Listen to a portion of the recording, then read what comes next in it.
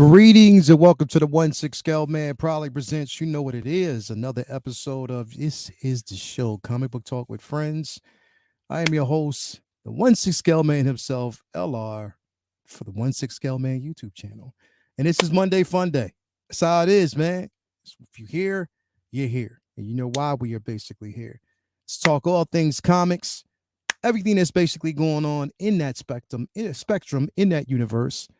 And we are happy to be the ones to kind of usher you in to this universe. So again, thank you for being here. We got a lot to talk about tonight. We're going to talk about yes, Secret Invasions. Final episode, whether or not it lived up to expectations, whether or not you guys were excited about it just as much as we were. Who knows? I don't know. Was it a letdown? Was it a complete disaster? I don't know. We're going to talk about that in just a few moments and see whether or not, it was and where you guys actually sit with it. But of course, it is what it is. We're going to also basically talk about Jae Lee, that is. One of the best and most prolific artists in the comic book universe, definitely. He is a comic book artist. He's going to be the featured artist for this week. We're also going to dabble into one of actually pretty much a highlight when it comes to the comic sphere right now. And if you're reading it, then you basically know, and that is it is the pretty much the Hellfire's Gala. It is basically from the X-Men. Now, this is basically like a preview, sort of like a setup to Fall of X. So definitely we're going to dive into that. But again, before we do, can't do it without the panels. Well, right now we got my boy Vinny in the building. Brendan to be here in a little bit. He's actually at a movie right now. So again, we got your boy Vin Diesel, Vinny, my guy in the building. What's going on with you, bro? How you doing, man? Wow. Appreciate the intro, man. It's been a crazy weekend. I had a lot of Yeah, fun this weekend. I had off this yeah. weekend for the first time in a long time, so I got to Word, enjoy it. word. Went to like Hershey Park, got to got to do some like prep shopping for the vacation. We're going on vacation next weekend, and this Word. time of year, we work really hard for all season. So I'm enjoying Definitely, it, looking forward to it, looking forward to definitely. getting into a very interesting and polarizing season of Secret Invasion. Yeah, Lots yeah, of thoughts. We didn't yeah. really get the chance to talk too much about it on Facebook and stuff like that. So I'm looking forward Mm-hmm. to talking Mm-hmm. to you about it here. Jolly is Yeah. one of the goats, so I'm hyped to talk about his Yes, work. yes, yes, yes. And I'm a little ignorant and on the Hellfire Gala shit because I'm behind on Yeah, reading, but yeah. it's X-Men, so it's always fun to talk about the It's a surprise, bro. Like it definitely so far it's been a surprise, and I have speculations about it. That's why I kind of wanted to talk about it because the thing is, I've enjoyed, uh, this run. You know what I mean? Okay. I've enjoyed basically so far, um, House of X, Powers of X, where it was basically going, but I always felt as though it needed sort of like a reset, get Okay. back to what the not the comics of old, but what we know about the X-Men. I know this Yes. is somewhat of an evolution, but where the character choices, I guess that's where it's more questionable. But we'll kind of get into that. It's just Yeah. been one of those things where it's like either you're on board with it or sometimes it's just like, yo, is it I don't know. It's just it's kind of really, really, really weird, but we'll definitely dive into it, man. No doubt. Let me actually get out here and address the chat real quick. Of course, we got Amber May in the building. How you doing? Hi, Amber. We got Blazing Asian in the building. Oh What's man. going on with you? We got Renz Talentino in the building. What's going Oh on with man. you? We got Renz. Bendu Windu. Malika Mabane is in here as well. Host of others will probably be stopping through here, man. Make sure when you coming through, you're hitting that like button, subscribe if you haven't already. We'll do the rest, man. Definitely. So glad to actually have you here. Everybody who's basically here. We got Galactic J in the building. Thank you for being here as well. So yeah, man. I mean, it's been, it's been quiet on the comic sphere a little bit. But at the same time, I think, it's worth kind of just talking about, I think this week we wanted to basically kind of tab in. We didn't do like an artist run for like the past couple of weeks. But when you brought up this artist, I was like, yo, how the hell did I not? think about this dude because Yeah. anybody who basically know Jae Lee, bro, like literally, like his art is I label it bold. What I mean is bold and artistically creative. Hmm. Like, bro, he is dope. Like, literally, like, and again, we always talk about like artists who tread their own lane. They Yes. thrive in their own space. They create pieces that, literally you can tell definitively it's them. You know what I Yep. mean? And that's basically where Jai exists, you know what I mean, in his own space. Absolutely. Notably, I mean, you've basically probably even noticed him from some of the X-Men runs, Illuminati as well, Avengers runs, Yep. a lot of what he basically did, in the DC universe. Probably one of the most prolific color covers out Yes. there. That pretty much, if you don't know, one of the ones that you know, for me myself, uh, seeing and knowing his art style and creative and how creative he is. Hmm. This one, this piece right here stands out the most, bro, for me. Um, because it's Namor, but it's when you look at this piece, bro, it's how he, without really saying too much, how he puts the arrogance in Namor, bro. Yes. You know what I mean? Like the art style, just how powerful this looks. And when I say Hmm. bold, it's his shading, his line work, his attention to Yes. detail, but at the same time, how everything outside of just the character of Namor speaks for itself. Like everything in here, and we talk about this, how a picture becomes the character. The Hmm. entire picture, the element, the atmosphere is a character in itself. And this is what we actually see with his work, bro. He's completely complete. So when you brought it up, I was like, oh shit. I Yeah. forgot about him, bro. I Yeah. definitely Yeah. did. Yeah. What's your take on it, man? Uh, I love his work because, for one, I feel like there's many artists who are, when they reach his level, like they have a lot of copycats, Yeah. and I really don't know too many or any artists who do like his style, Hmm. and his style is very successful. So the Hmm. simple fact that you don't have a lot of people like, you know what, he got that. You know what I mean? Like just that. Uh, and what I also love is, he doesn't do a lot. So when he does a project, it's like, oh, okay, hold up. He's got a book coming out. He's got a series coming out. He's got a miniseries coming out. And I feel like his style and his art has put a stamp on many different IPs. For Hmm. me personally, when I think of Illuminati, I think of Yeah. his shit. Like I think of his Black Bolt. I think of, I Yeah. think of of his style on that book, like that miniseries that like I believe was like 4 months or something that he did. That was him. When I think of Illuminati, I think of his stuff. When I think of Namor, I think Hmm. of this man because Yeah, his bro. style on that Namor reboot, and then even back in the day, the old Namor, like Yeah. when Yeah. Jason Momoa got cast as Aquaman, I couldn't stop telling people who didn't care, yo, look at this. This is supposed to be Jason Momoa. He's supposed to be doing Namor, not Aquaman. And they're like, all right, calm down, Vinny. Like, Yeah. it bothered me so much because you look at his take on Yeah. Namor, and Yeah. it was so brilliant, it's so Hmm. beautiful, and so dope Hmm. that and a lot of people have obviously like tackled a lot of the characters that he's tackled, but he has such a definitive like run on him. And then Doctor Doom in Fantastic Four, his style on him is just incredible. Uh, Yeah, Batman bro. and Superman, that Superman first run, um, you know, not the early stuff with but the run that he did where he had those covers on those books. I mean, it was just like home run after home run after home run. His Yeah. style is super like distinguishable and different from everybody. And what he does It is like is, bro. this very gothic take Hmm. on every Hmm. character, and he gives everyone like this like macabre, like dark, gothic, viewpoint, and Yeah.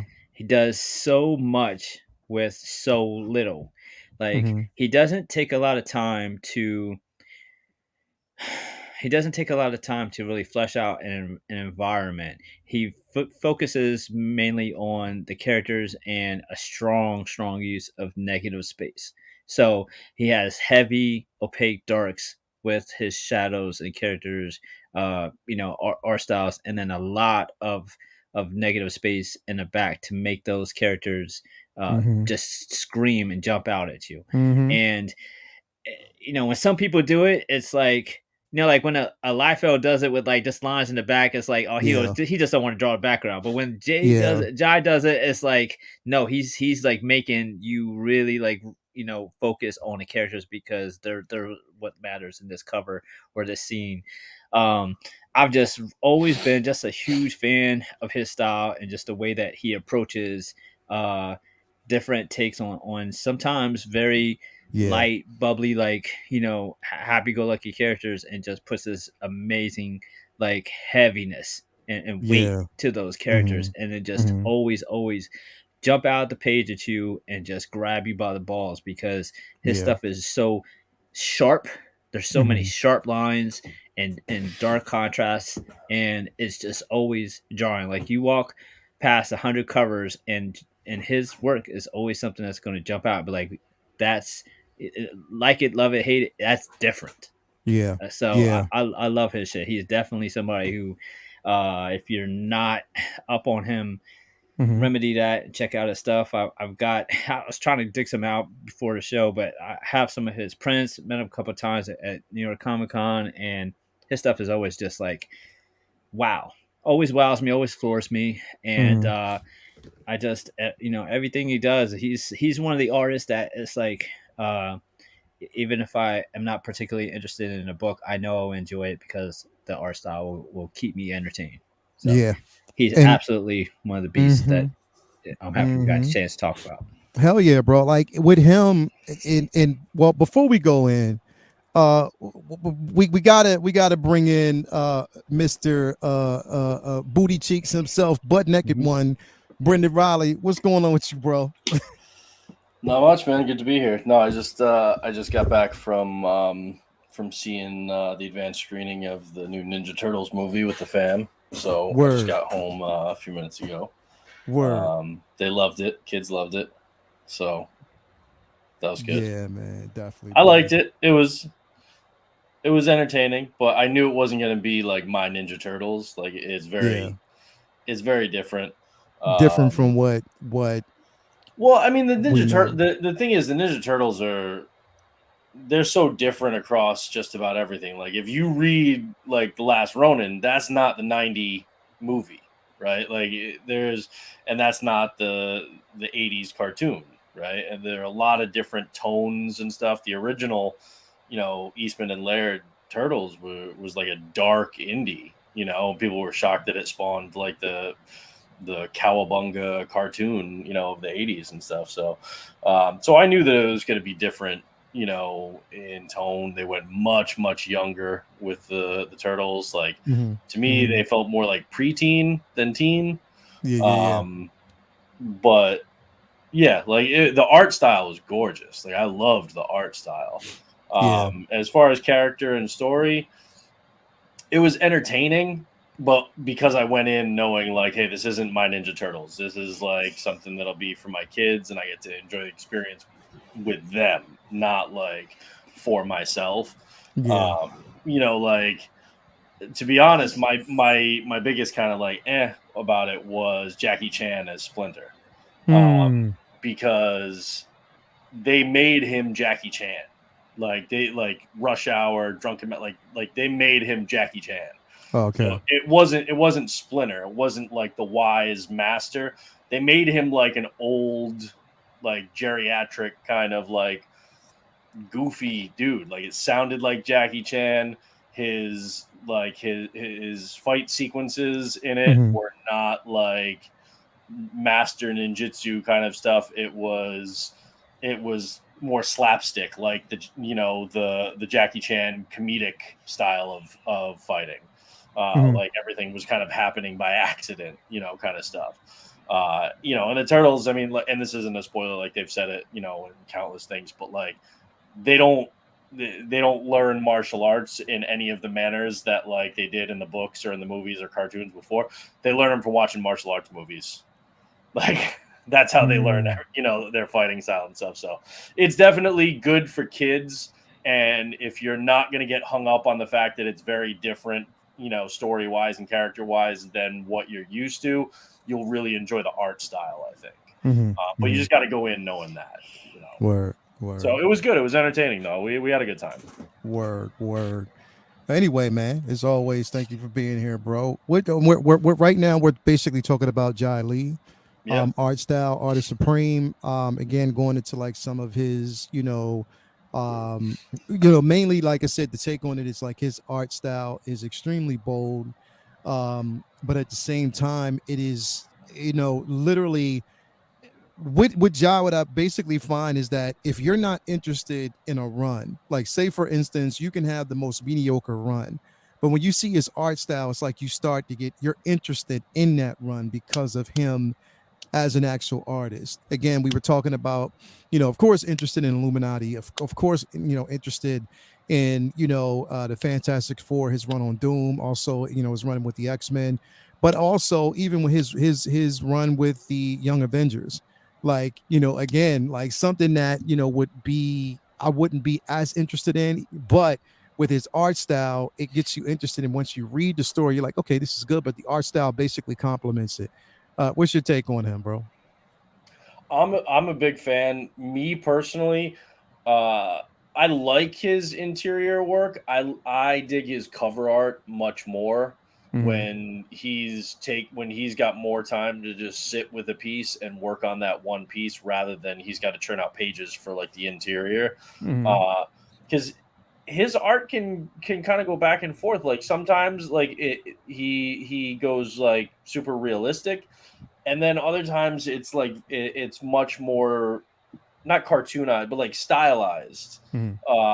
And like if you go through like even on Instagram and stuff, you'll see there's a very wide range that he covers depending on the mood of the piece.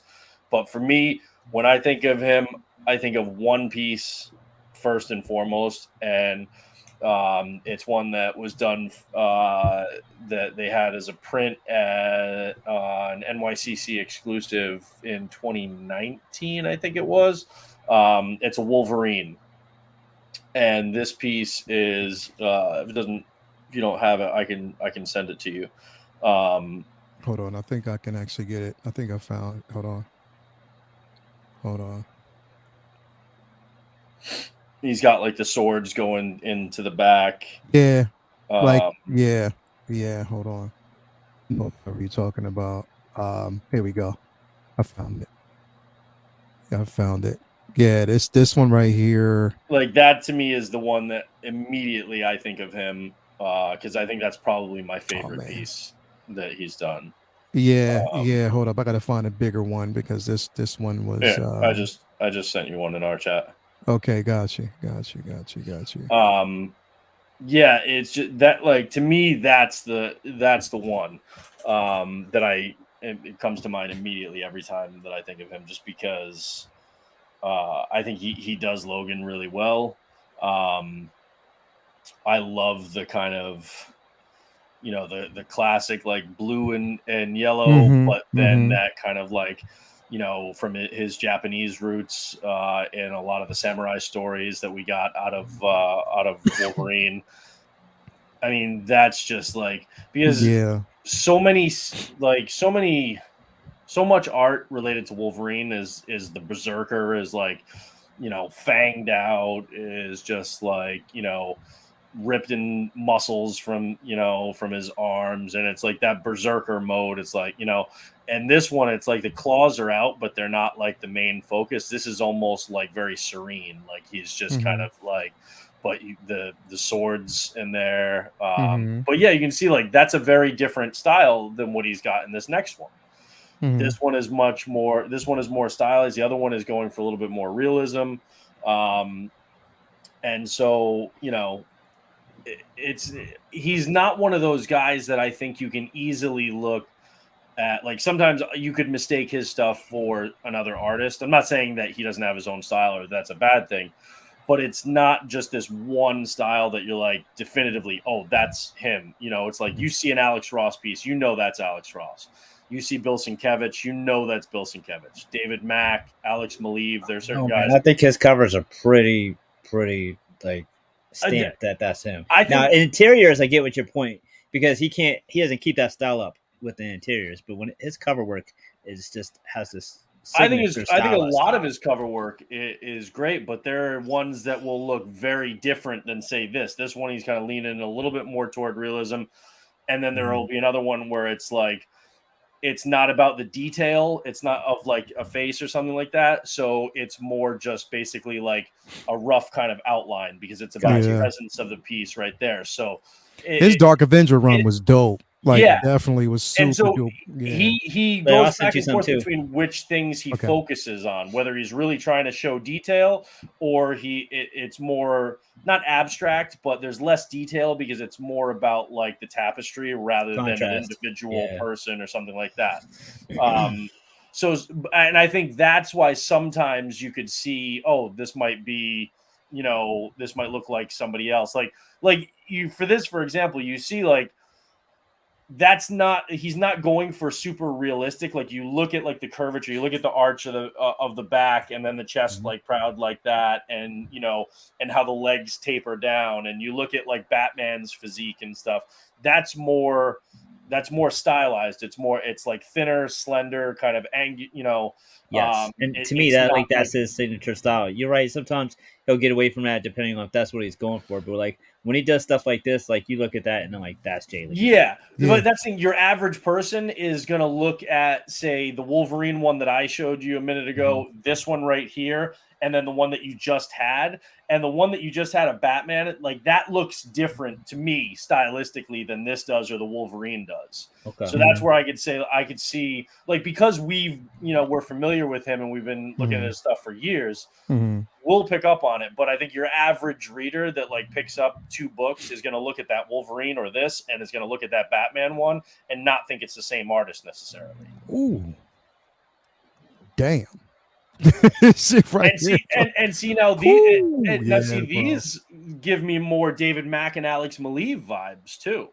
You know, so like, and again, I'm not saying that as a knock on him. I think that he's just very versatile, and it just depends on what he's trying to convey with any given piece. But that's why I like it when he has more time to work on a singular piece, like a cover, than his interior work. His interior work is still great.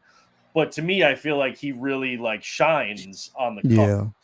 Yeah. Or if he gets to do like a big splash page that he gets to take time with.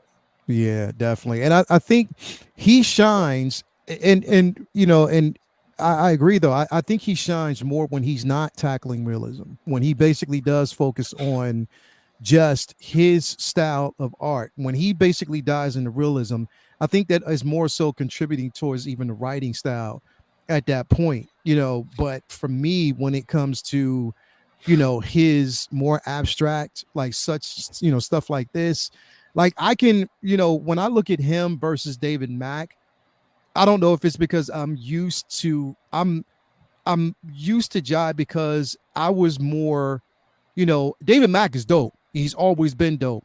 But I think that when I started diving heavily into just, you know, especially when Dark Avengers dropped, you know, everything that happened with Dark Reign, you know, everything happened, especially with the Siege. His cover for the Siege was phenomenal. So when I dive into those pieces, I'm familiar and I can distinguish between him and like Max style, him and anyone else's style because it's more distinctive. And I think mainly it's because of his way of, you know, feature wise.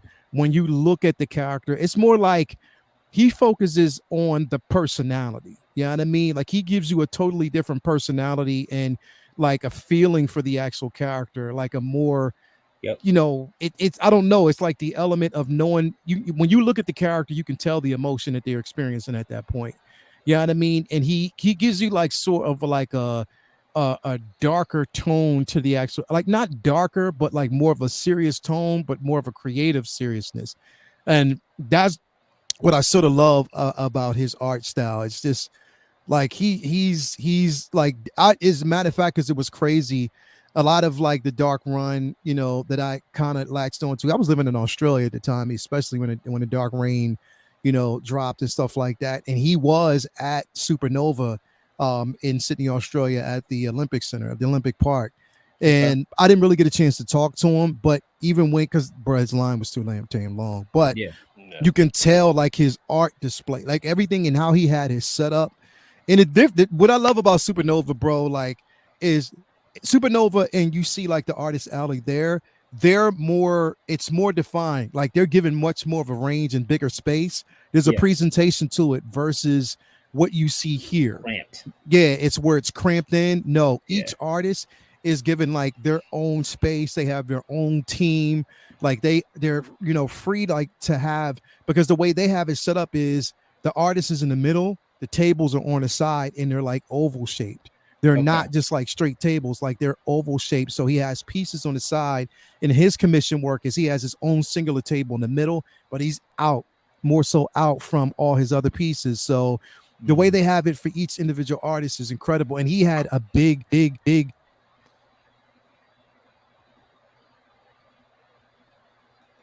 hear me? Yeah, I do. All right, sometimes I went out, but he had like a big banner, a big display of all his work. It was him. It was a few artists that were actually there, but that's where you kind of get more. You start looking at pieces, you're like, damn, you forget. Like it's like, yo, he did this. Fuck, I can't. Oh wow, you know what I mean? He did that. Like again, like you start, getting more familiar with those pieces, and that's what I kind of like about it, man. Like I like, the simple fact that he does have his own. And here's the thing, and I'll say this, and I might ruffle a bit more feathers when I say this, but when you get people like David Mack, you get people like Jae Lee, you get all these individuals who have their own style, you appreciate art more, as opposed as when I actually see someone like Deadpool. What's his name? Rob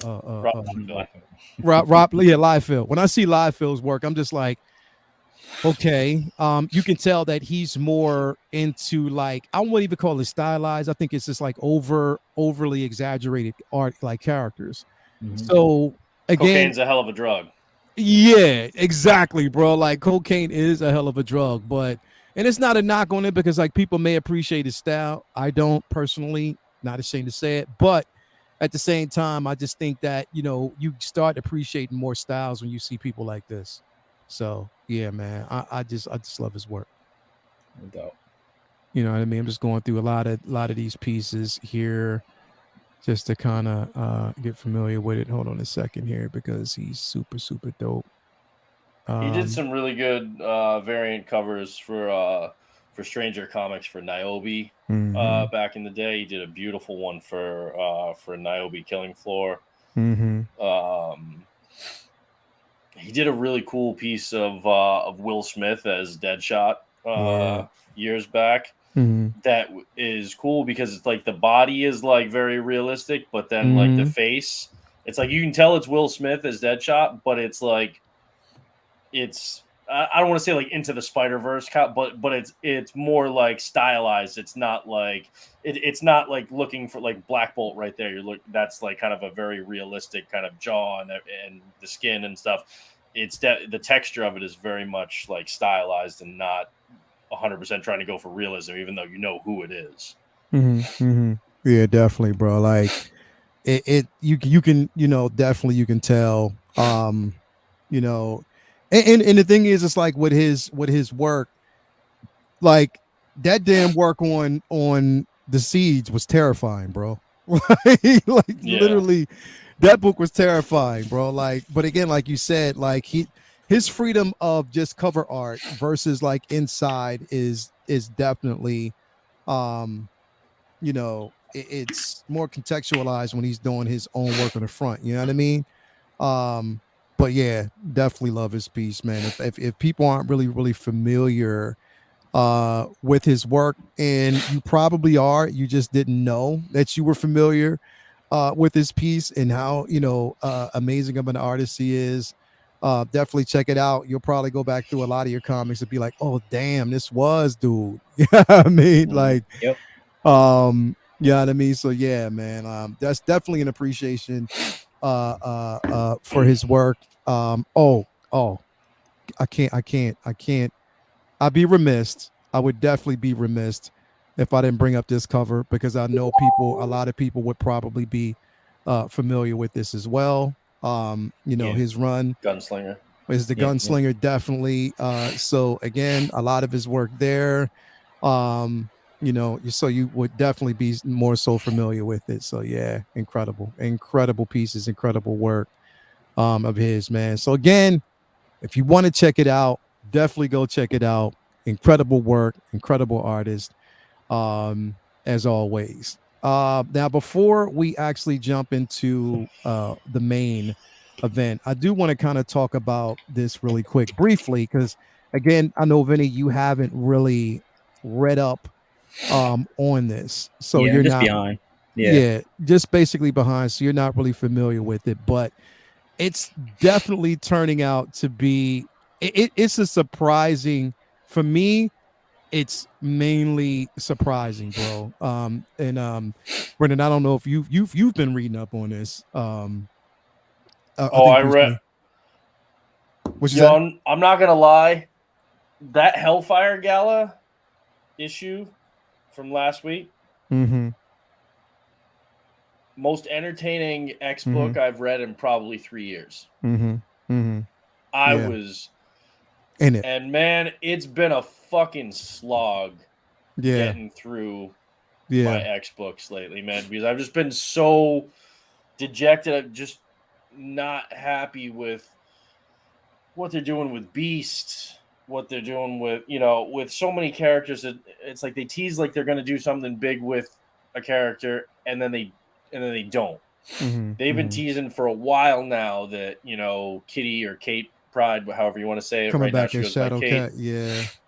But they've been teasing that she's had great moments Mm-hmm. like throughout the last couple of years, but they've been teasing something big that they just teased a little bit more recently, but like they've been dragging that out, Mm-hmm.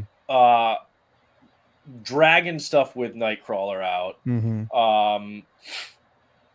Like I said, Beast has been horrible. Professor X has been horrible. Just so many things that have been so frustrating. Yeah. But this, to put this in perspective, the previous week's Wolverine issue. Wolverine is talking to Sage, and this isn't a spoiler. It's one line, but he says, "I'm done with Krakoa." Mm-hmm. Mm-hmm. That's how I've felt for like 3 years now. Yeah. Yeah. That's what, like, he's finally at the point where it's like, Krakoa gotta go. Like, enough. Bro, Yeah. gotta go. Serious. It's just. Yeah. It does, bro. The I thing think is, what I like that they were ambitious, and I like the concept of Krakoa. The problem is that the way they've done it has pulled the X-Men away from what they were always about. What and we it doesn't know. feel like the X-Men anymore. It feels like you're Yeah. reading a book about a cult that they're trying to get you to like, Mm-hmm. Mm-hmm. but then they're changing all of the main characters that you love and then not using others Yeah. at all. And you've got like and so then they'll have entire books that are focused on all these brand new characters with crazy names that you don't even know how you're supposed to pronounce. And there's no character development with them because there's 30 of them thrust into one book, and they're all from Araco or Rocco, whatever, and you don't have all the years of history with these characters, and suddenly they throw 12 or 20 of them at you in a book, and you're just trying to keep track of who the fuck they are, what their power sets are, like, and you don't have a connection to any of them. Meanwhile, the characters that you do have a connection to are nowhere to be found. Like, they're in one panel or something. They're on the cover, but then they're not on the inside of the book. Yeah. So I've been very frustrated with the Krakoan era and their approach to the storytelling. But again, like Wolverine, said exactly what I'm done with Krakoa. But Yeah. this issue, and this was a monster issue. This was Yeah, a long bro. issue. This thing, I think part of the reason why I loved it is because it blew all that shit up. Like Yeah. this was some apocalyptic shit. Yeah, Like, bro. Yeah. and some game changing things that they Mhm. did with certain characters. And it was exciting. Shit was actually happening. It wasn't like Yeah. what, unfortunately, I feel like the Hickman era of X-Men and then post Hickman has been Yeah. all about exposition. Tons of Yeah. like white pages with black text and Yeah. Sage's logbook and Beast's logbook and this and Yeah. that and stuff. There was action, like stuff was happening from start to finish in this book. Stuff was happening. There were menacing characters. Mhm. There was violence. There was like it was captivating. It was paced really well. Yeah. And we saw some stuff in this that I personally have been wanting to see. I've been waiting to see For the longest time, man. and I just feel like, I feel Yeah. like this is what I was hoping to get, and it's just we're getting it at the very end. But I think maybe that's because the stuff that I want is all the stuff that's just gonna fucking knock Krakoa off the board. And yeah. And this was just, it was an action-packed issue that, like I said, it was probably the most entertaining X book that I've read in the last 3, maybe 5 years. Yeah.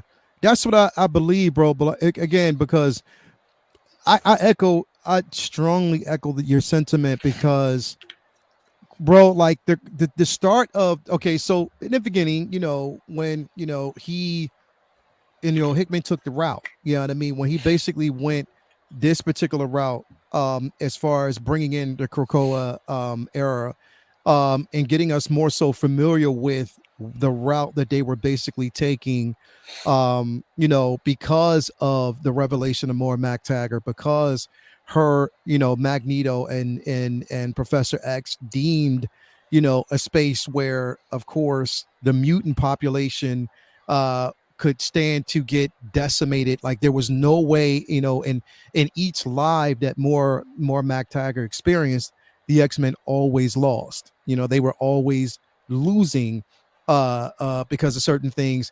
And them introducing Krakoa, my only thing about it is, and have you've been following this, haven't you, Vinny, like so Yep. The only thing that I don't like is the level of, it's like the dream that we know, the dream that, Xavier started with, everything that we know. And again, it's like, I know that we are in a space where we don't, sometimes change is good and sometimes we're not always acceptable to change. We always like things the way we're used to, but at the same time, it's like, okay, we got to get used to it, but then sometimes not all change is good.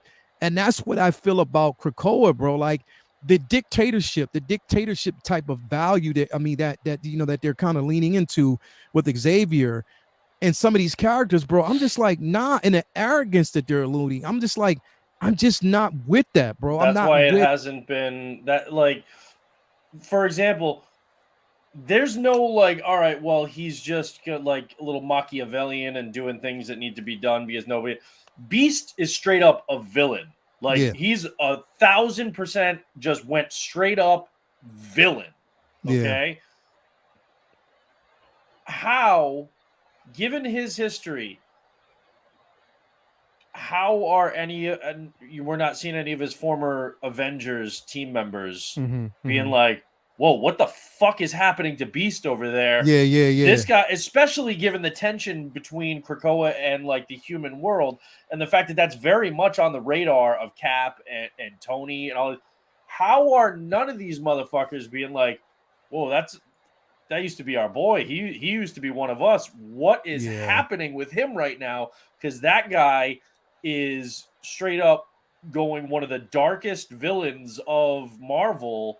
Like, what the fuck is it's that's the thing that's frustrating, because it's like all of this fucked up stuff is happening with the X-Men and with Krakoa, but it's only happening in isolation unless they're like, okay, we want to pay attention to it now for this very specific thing. So now all of a sudden these people are gonna be aware of. It's like they're all these people at the Hellfire Gala, all like many of them as Avengers, should be like, guys, what the fuck is happening with Beast? Yeah. What is it?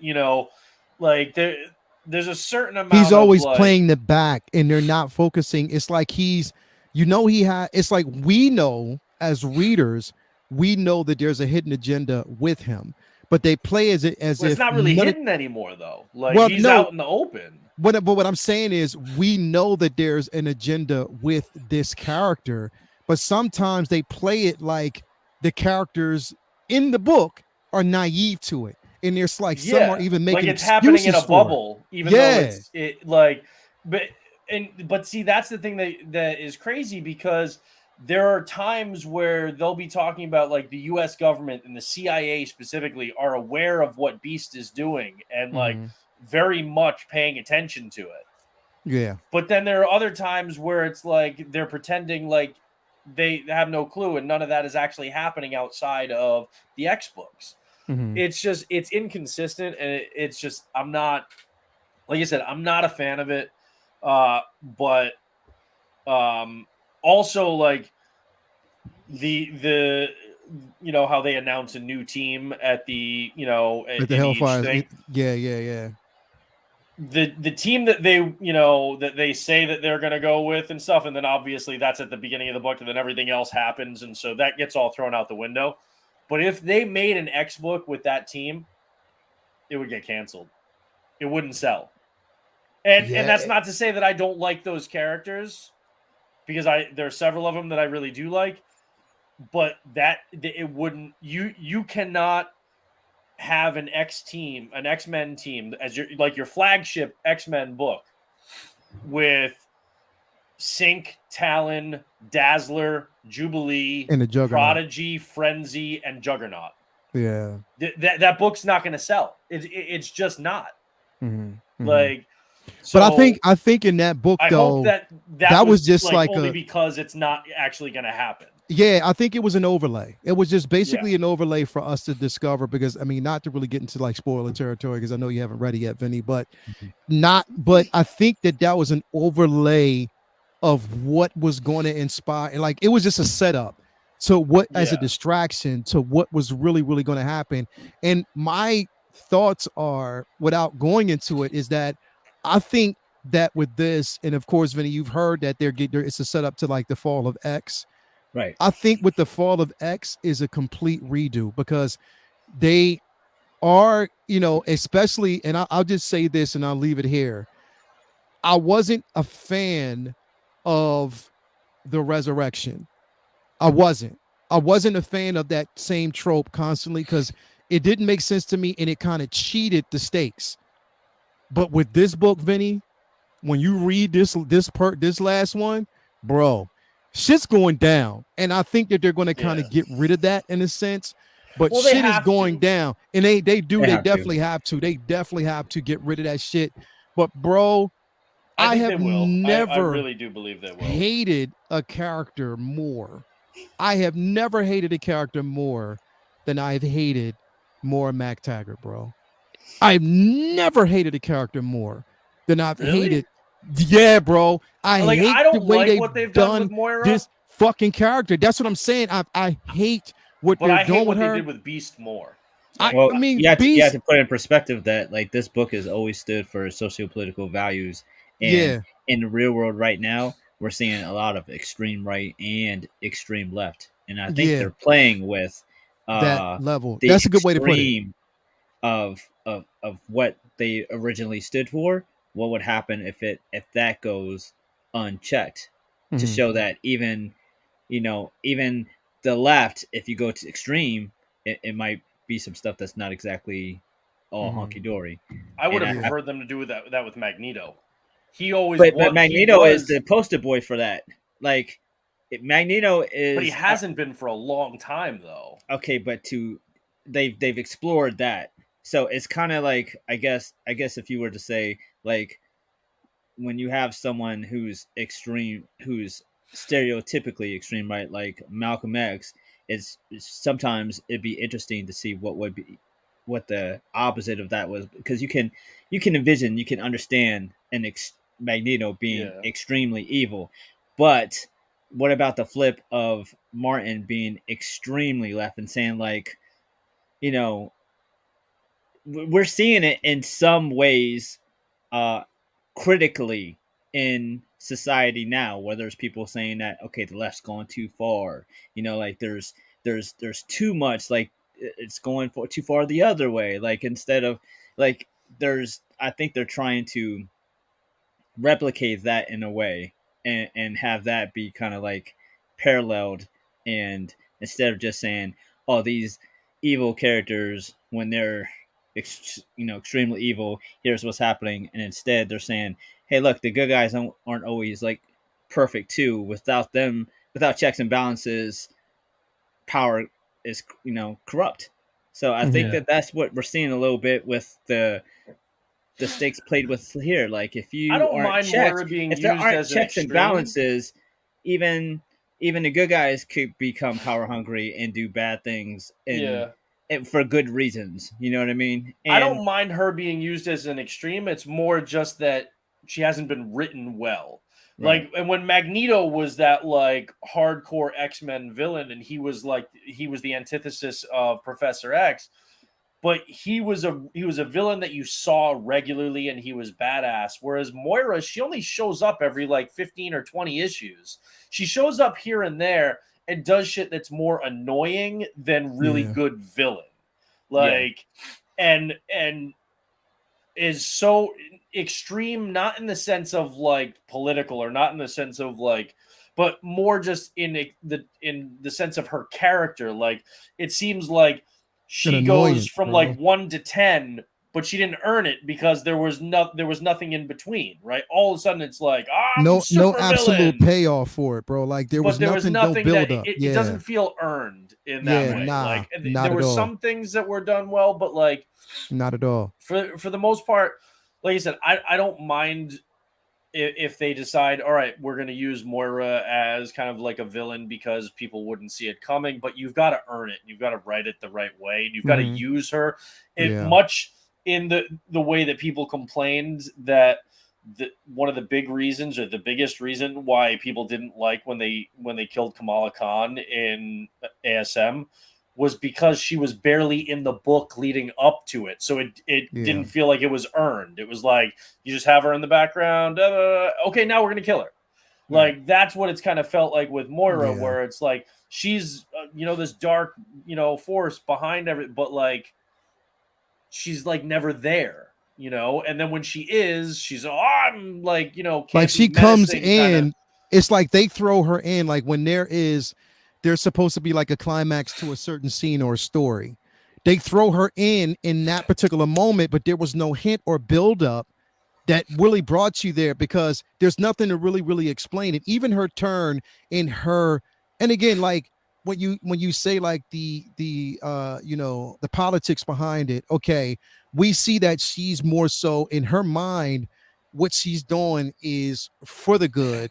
And her the whole developing a way where every time a new mutant is resurrected, then she strips the power from another one just so that she can lessen the population of the mutant society. She's they make her more so an extremist, you know what I mean, but they give her Yeah. like they make her an extremist but without really giving it a payoff and explaining how she's getting to these particular points. I mean, the last time, like for instance, when Mystique and Destiny threatened it, if they ever see her again, they would fucking kill her on sight.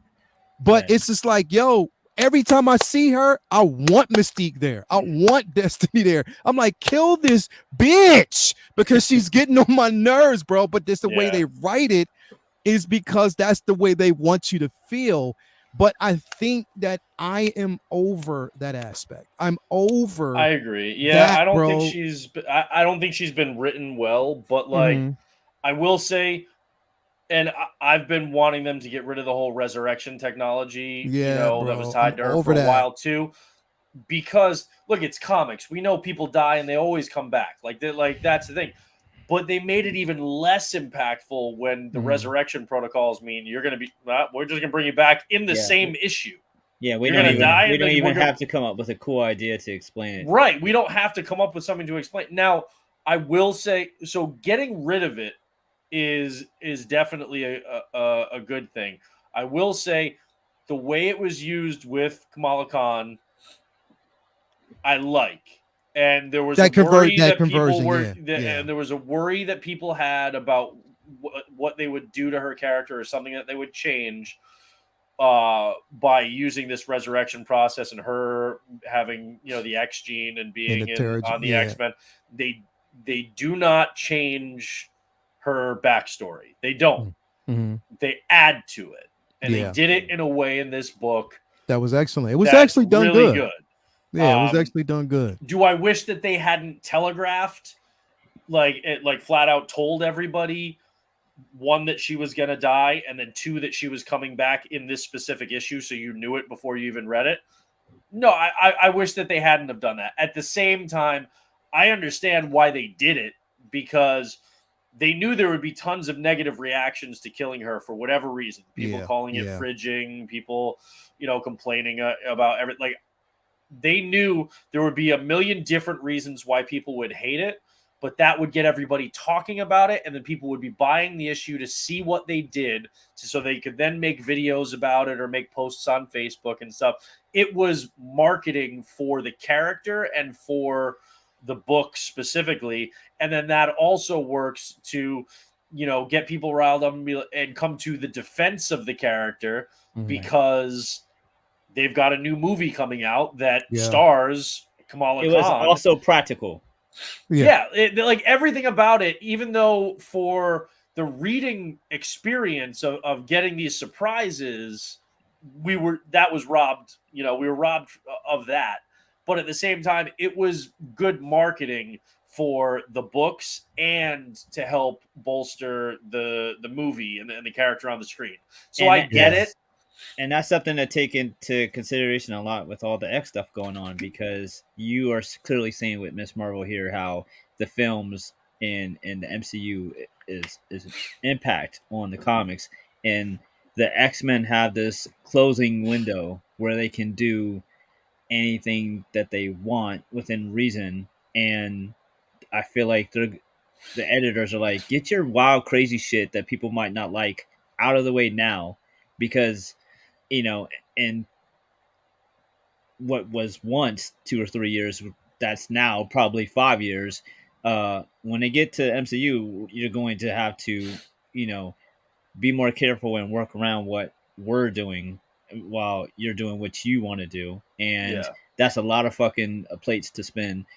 And it's not going to be as easy to just do kind of wild shit, because we're going to have to constantly, you know, cater to the, you know, the cinematic universe. So I do like that they're trying weird shit and wild shit, because there was a big period of time where, because it was at Fox, they didn't want them to do anything interesting.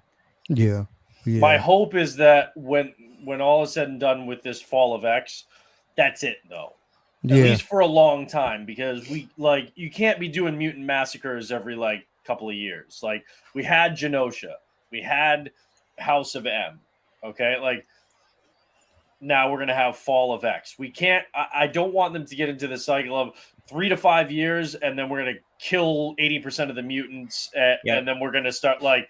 Instead of doing that, stop just throwing a million characters into every book and really focus on the character work and the stories, and get back to the X-Men being a team. Like, it's been, bro. look, I'm not saying bro. I want like super like cheesy, campy kind of stuff, but at the same time, it's been a minute since I've seen the X-Men playing baseball behind the mansion. You know, like, just like give us some of that stuff. Bring it back to the roots of the book a little bit. I feel like things have gotten so messy and convoluted in the X world that, and with the sheer number of books and the number of characters, and sometimes there'll be a crossover where like everything really like goes back and forth and really matters, and then other times it's like this, you know, is happening over here, and you're reading this, and you're keeping up with everything. But then Yeah. all of a sudden they're going to have major things that happened in, not just like, you have a tie-in to an event and you can read the tie-in, but if you don't, you still know what's what. Right. Yeah. Where now it's like, shit, because I didn't read This this particular issue book, of X Factor if I and this didn't- issue of New Mutants and or this issue of of the Excalibur, Marauders, I or don't this know what the fuck issue- is going yeah. on when I go back Yeah, to the bro. next issue of the main X book. Yeah, Like, because they they have make to it to where structure as it you better. have to read the tie-ins to know what the hell is going on. It's not the days of old where the tie-ins were there, but the main run really They were there described to everything. add stuff to flesh And it they out if made you references wanted to like the tie-ins. It wasn't one of those situations Yeah, where you had to necessarily read the tie-ins to know what was happening. The way this has basically been done, and I think that aren't they bringing what's his name back for Fall of X? Isn't he actually rounding out Fall of X?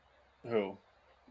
Hickman. Hickman. I don't think so. He's not, because I thought they said he was. I thought they said they were bringing him back. I don't know. I don't, because I know he's focusing on Ultimate Invasion. I don't. Maybe he is. I hadn't heard that. I don't know. I don't. I think I it hope could be not, the to be Ultimate honest. Invasions, but I hope not. I Because like the thing Hickman. is, I just don't like him on the X books. yeah, bro. I want Hickman's run. I want them, because again, like this was okay for the last couple of years, but I think I'm tired of it now. Like I'm really Wolverine tired said of it, it, man. I'm done with Krakoa. It needs Yeah. it needs to end, and that's the thing. I feel like the Krakoan era has been so messy and Yeah. convoluted Yeah, that it you needs to got to go. hit the reset button Mhm. and just go back to the core of the X books. And Yeah. I'm not one who's I get annoyed when like DC reboots every like 2 years and stuff like that, but I would be completely fine with some sort of like a hard reset on the X-Men. Go back to I want the old Beast back. I want Nightcrawler. I want like all these things. And like you said, there have been some things that have been kind of cool with certain characters. There's, what they've been doing with Colossus has been cool, but they've stretched it out over so fucking long that you go months without any reference to it at all, or just the tiniest reference and nothing really developing. And you're like, and then you got to start thinking about, oh shit, wait, what was the last thing that happened with Colossus and this whole storyline and Russia? And like, you forget it. And because they dip away from something for so long to then do another time travel thing, like they're doing on X-Force right now, where, when you have them travel 1,000 years into the past or 1,000 years into the future, it's too much. It like you lose all, because now the characters, none of them are there anymore, or they're like consumed by like flora and fauna, and now they're like part of the earth. It's all convoluted. You travel 15 or 20 years into the future and you show like what's happening to these immediate characters and stuff. Okay, fine. When you're doing it like 1,000 year into the future or into the past, you lose the relevance to the individual characters now. And it's just, they did that on Marauders. They're doing it on X-Force. They did it on the main X book. That like they just like, I'm done with time travel when it comes to mutants. Enough, knock this shit off. Like just I think stop. they can do without it. And again, like I said, it's nothing.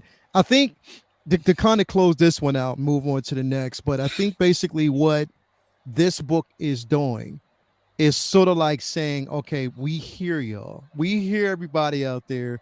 So let's make it interesting and let's give this run a final close to when it comes to Krakoa in that whole situation. But let's do it in a way where it's eventful. Let's do it in a way whereas now you feel the weight, you feel the impact, and that the decisions that are made going forward are going to be an ultimate impact to the mutant race itself. And I hope it even, because even like with this book, the way it ended out, you actually see, and it just, it brings this version of Xavier down a notch again. It brings him down to reality to where he's like, oh, we're fucked.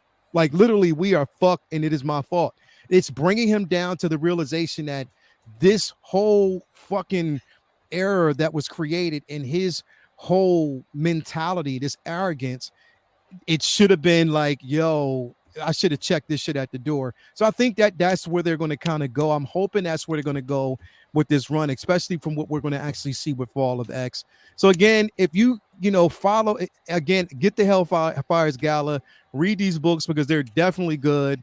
I'm excited about where it's going to go. I will say, so one thing that was a pleasant surprise was that they've been teasing for a little while, and it starts in August. It's like a 3-issue, I think, like crossover. It's like Weapons of X with Wolverine and Ghost Rider, right?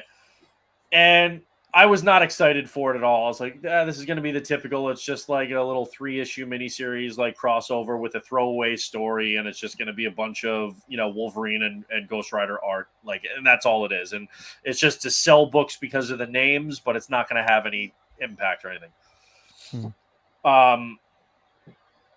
Based on what happens in this book and where Wolverine's left at the end of it, and then based on the most recent issue of Ghost Rider and what they just did with that, and how they're actually tying in Ghost Rider to the Fall of X, which I did not see coming, honestly.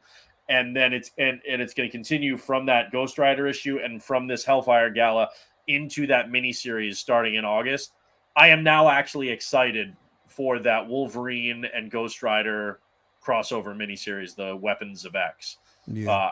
I think it's like Weapons of X, Weapons of Vengeance, something like that. But so that, I will say, got me excited for that. And that all came out of actually the most recent issue of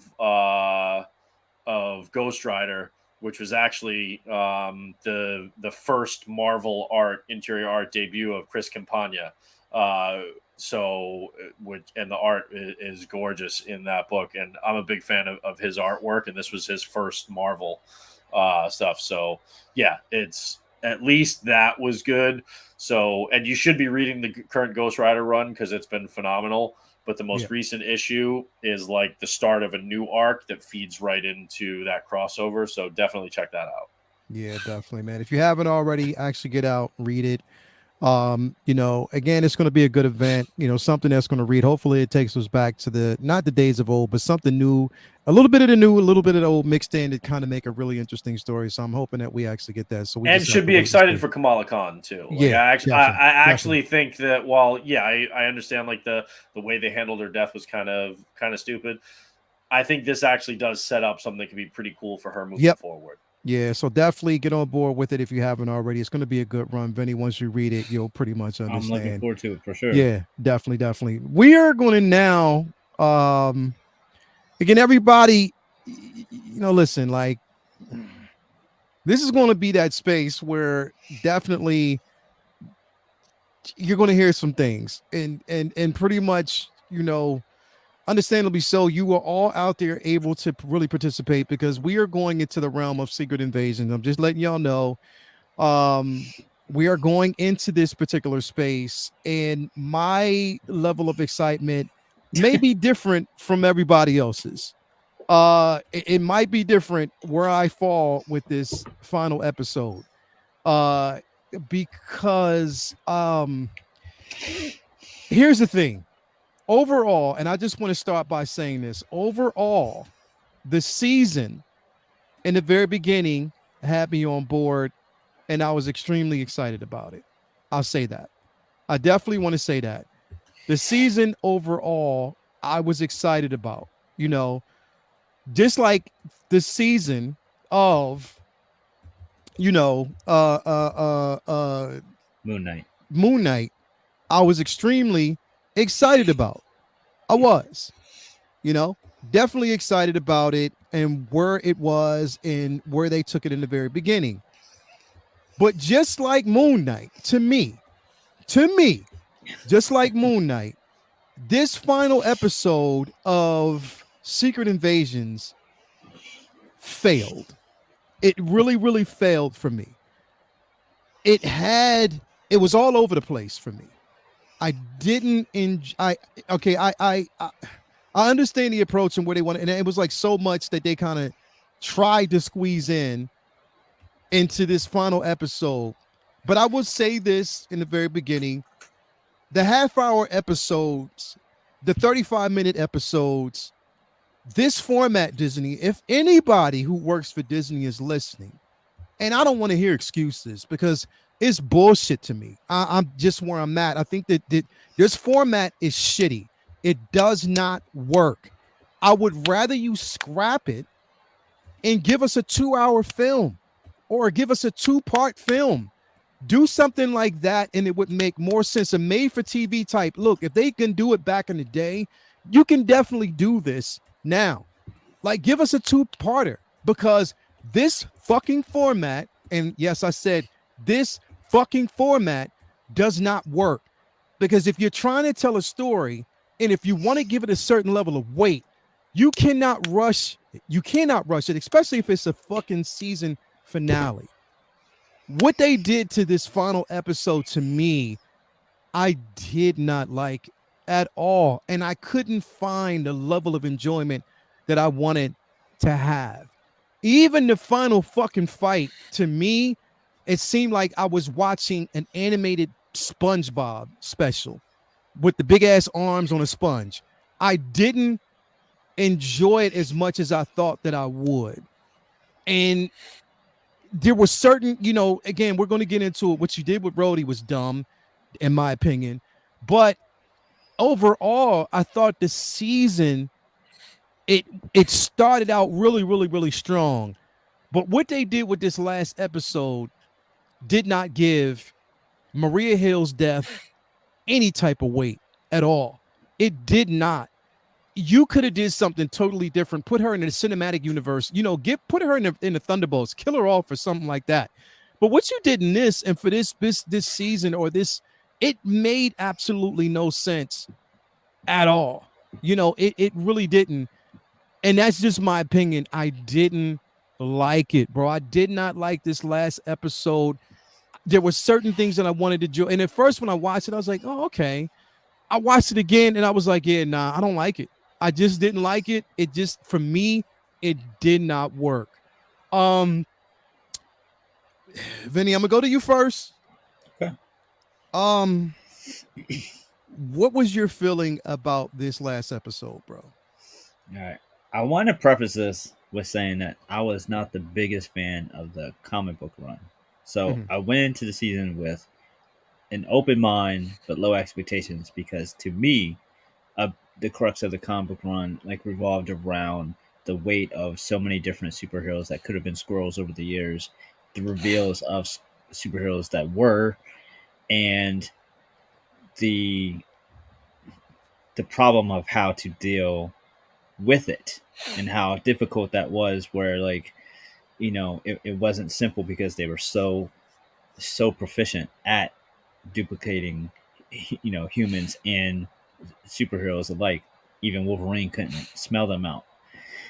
So in this show, they had the uphill battle before they even started, in the fact that there's barely any fucking superheroes in the MCU left. There's not many, and the ones that are around wouldn't make sense to put in the show.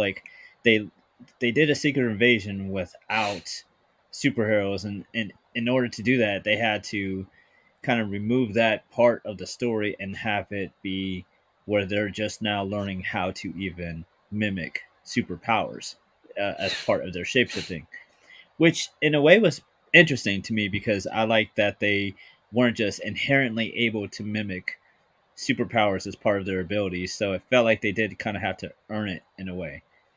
But obviously the bulk of what we're talking about here is not the show in general, but this final episode. And the decisions that they made here were they had a lot of masters to please. They had to resolve what to do with the Skrulls that were already here, what to do with the Super Skrull gimmick, what to do with Gravik, what to do with Fury. They had a lot to resolve in a very short amount of time. The show was compared to Andor, and one of the things Andor had going for it was they had 12 freaking hours to tell a story, and this show had to do just as big a scope of type of story and under 5, because none of these episodes were an hour. Um, I I like the resolution of the the twist on kind of like the hate crime version of Mm-hmm. anybody could be a scroll. So like kill them and figure it out later. That kind of terror and hate mongering that again, like we talked about earlier, is like parallel to political shit that is in the real world. Um, and I'm probably on an island here in that I do find the Rhodey twist interesting. It's just unfortunate because unlike the comics where they were able to pick Spider Woman and have a really cool, hey, Mm-hmm. Jessica's been a scroll for 30 years or whatever. All these missions she was on was really like covert ops for scrolls. And it's like with Jessica, somebody who, let's face it, isn't a very super popular character. It's somebody that they could do a bold move with and make her interesting to people who really didn't care about her before and people who did. I don't think they were really like married to the character where they would be upset by it. It was like an accentuation to her part in Marvel Universe. So it was like, oh shit, Jessica was mutant all this time. Okay, cool. But with Rhodey, uh, or virtually anyone they would have freaking picked, there's only so many Marvel MCU characters that they could have picked to do this with, and virtually everyone that's left, people have strong ties to because of how important these films have been over the past 10 years to people. So to take away those moments that they had with the character for the past few years, to say that that was a scroll, obviously it's going to upset some people. I Mm-hmm. think that's part of the point. I think the part Mm-hmm. of the point is uh, the scrolls are not only here to just be like goofy, cartoony comic book villains that they people might make them out to be. They're certainly not, from readers' perspective, the goofy, funny, joke cracking characters they were in the Captain Marvel movie. A Mm-hmm. big part of the hurdle for me even watching this is knowing that in Captain Marvel, like everybody said, "Oh yeah, sure, come on, shapeshifters, what could go wrong?" Fucking ridiculous, like ridiculous as a concept. Because in the comics, we would never welcome them there, so it's hard to get that around that in the first place. But Mm-hmm. since they are here, since it is something to do with having Rhodey be a scroll all this time, I think it makes sense. It adds weight to the fact that you have all these politicians, and I'm sure there's people going, well, if they're scrolls, somebody would have known. No, you didn't know when you watched Rhodey cry over his best friend dying. You didn't know when you watched blah blah blah. Like all these moments that Rhodey had. I think that drives home how they could impersonate human life and not give themselves away when the next day you went into work after you became were replaced by a scroll. People didn't realize it. I think it drives home that point. But that's up to your own personal preference. Like I get how people, Mm-hmm. but obviously I get people being upset by it. I think it's a bold, ballsy move, and I don't really hate it. I think it's interesting. So I really like those aspects of this finale, and overall, I feel like the stuff I'm about to mention as a negative uh, does not outweigh the acting performances that we got in this show from the Gravik and Fury Mm-hmm. and Rhodey. Those Mm-hmm. scenes that they had with each other were absolutely worth all the bullshit that happened in the finale. I'll take for those scenes that we got with Fury and Rhodey, and those scenes that we got with Fury and Gravik. Incredible.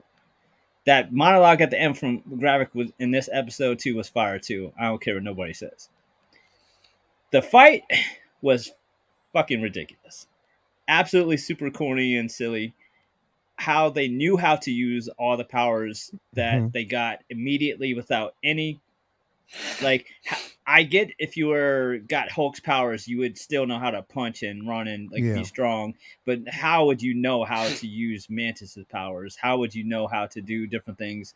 Why when you access Drax DNA, you also got his tattoos, or when you access Ebony Maw's DNA, you got his rings, just to show the viewer at home, like, hey, it's this guy, Mm-hmm. uh, and how that fight didn't level the state, let alone like it barely, they barely bruised, a building or two. Like it's there was a lot of silliness there. The CGI Yeah. was very iffy. and it was like, hey, shut up, here's some action, like be quiet now, like we gave you some.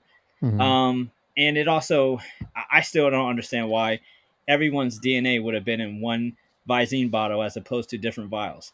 Why would it have all been in one? Why would they have mixed, like, here we spent years That's cross collecting. contamination, bro. We spent years collecting like Hulk's blood and Captain America's blood, and you got the salt all mixed in the pepper, man. We got all this, and we're right. gonna make a freaking cocktail, put it in this Visine bottle. Like, why the fuck would they have done that? Like, why wouldn't it have been different vials? It doesn't make any sense. He could have had, that shit where it spins the vials at the lab. He could have had a chamber like that, and then had that for the access. It didn't make any sense. It was no, they just had one vial that looked like glow in the dark jizz, man. It just made no sense. It just didn't make any sense. And then there's absolutely no way to justify, explain to me how Guy could have killed Gravik if he has all these abilities. He should have just healed. It doesn't make any sense. You blast a hole through Hulk or Extremis or any of the. He had half a dozen powers that would have healed him instantly. He should be alive. I made an effort to kind of compartmentalize that fight scene and not let it destroy my thoughts on the rest of the season. So that's how I felt about it. I felt like that was absolutely ridiculous, but it didn't take away from me the things that the show did incredibly well. And I just notched it up to,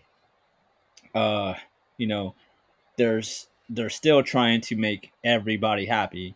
And the people who were on board because of the style show it was, you were going to piss them off, and you weren't going to bring in the people who weren't watching it in the first place because it didn't have explosions and actions and powers. Like, they didn't wait till episode 6 and then decide to love the show and go back and watch the rest of it. So you didn't please anybody there. So, but the final fight aside, and a lot of the logistics of how ridiculous it was, like, there wasn't, I don't know who was in the writer's room, like, saying, wait, what? There, because apparently there wasn't, or they got shot down, because this seemed like that fight was like, it's like the suit stepped in and was like, all right, this is great, but here's what we're gonna add in.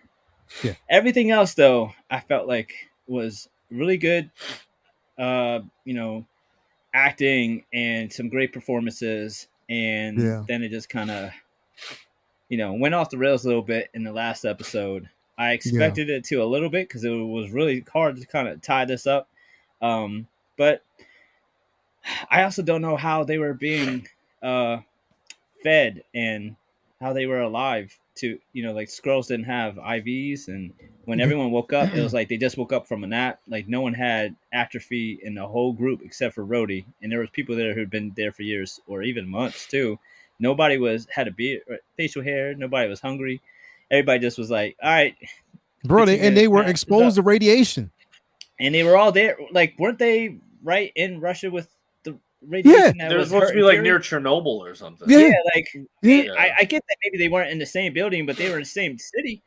So they should have all been, but it's like we weren't, I feel like the episodes leading up to this, there was, they told those writers to take the day off and like, we got it from here for this finale.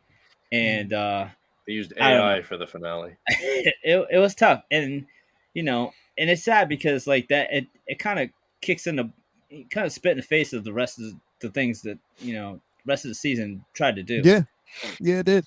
It definitely, bro, there were some good performances, good dialogue from characters that we expected it from, but to have good dialogue in an episode, again, I'm not taking away from Gravik's, his dialogue and his speech to, Nick, during that particular scene. Right. But even with that dialogue, the aspect of, or the ratio of stupidity that was going on around it, kind of like, for me, it took me out of what was great about that moment. Right. Because I was saying to myself, Nick Fury is not going to be dumb enough to give him that vial. No, that it's going to be something else, or it might be they might be using like a mixed cocktail to like depower him from where he's at right now. I was thinking that's what they were going to basically do, you know? So apparently what the plan was to get him to give her powers too. It's like, how would you know that he wouldn't have killed you before? Exactly. That's a hell of a gamble. It's a hell of a gamble for them to basically pull off. And Nick Fury is supposed to be the smartest man in the actual show. I felt as though when he put that hat on, when he put his eye patch on, that we were going to actually see the Nick Fury of old. This is what I basically thought we were going to get. And no, we didn't get that. But I digress. Butt naked, your opinion of this final episode, your thoughts on it, bro?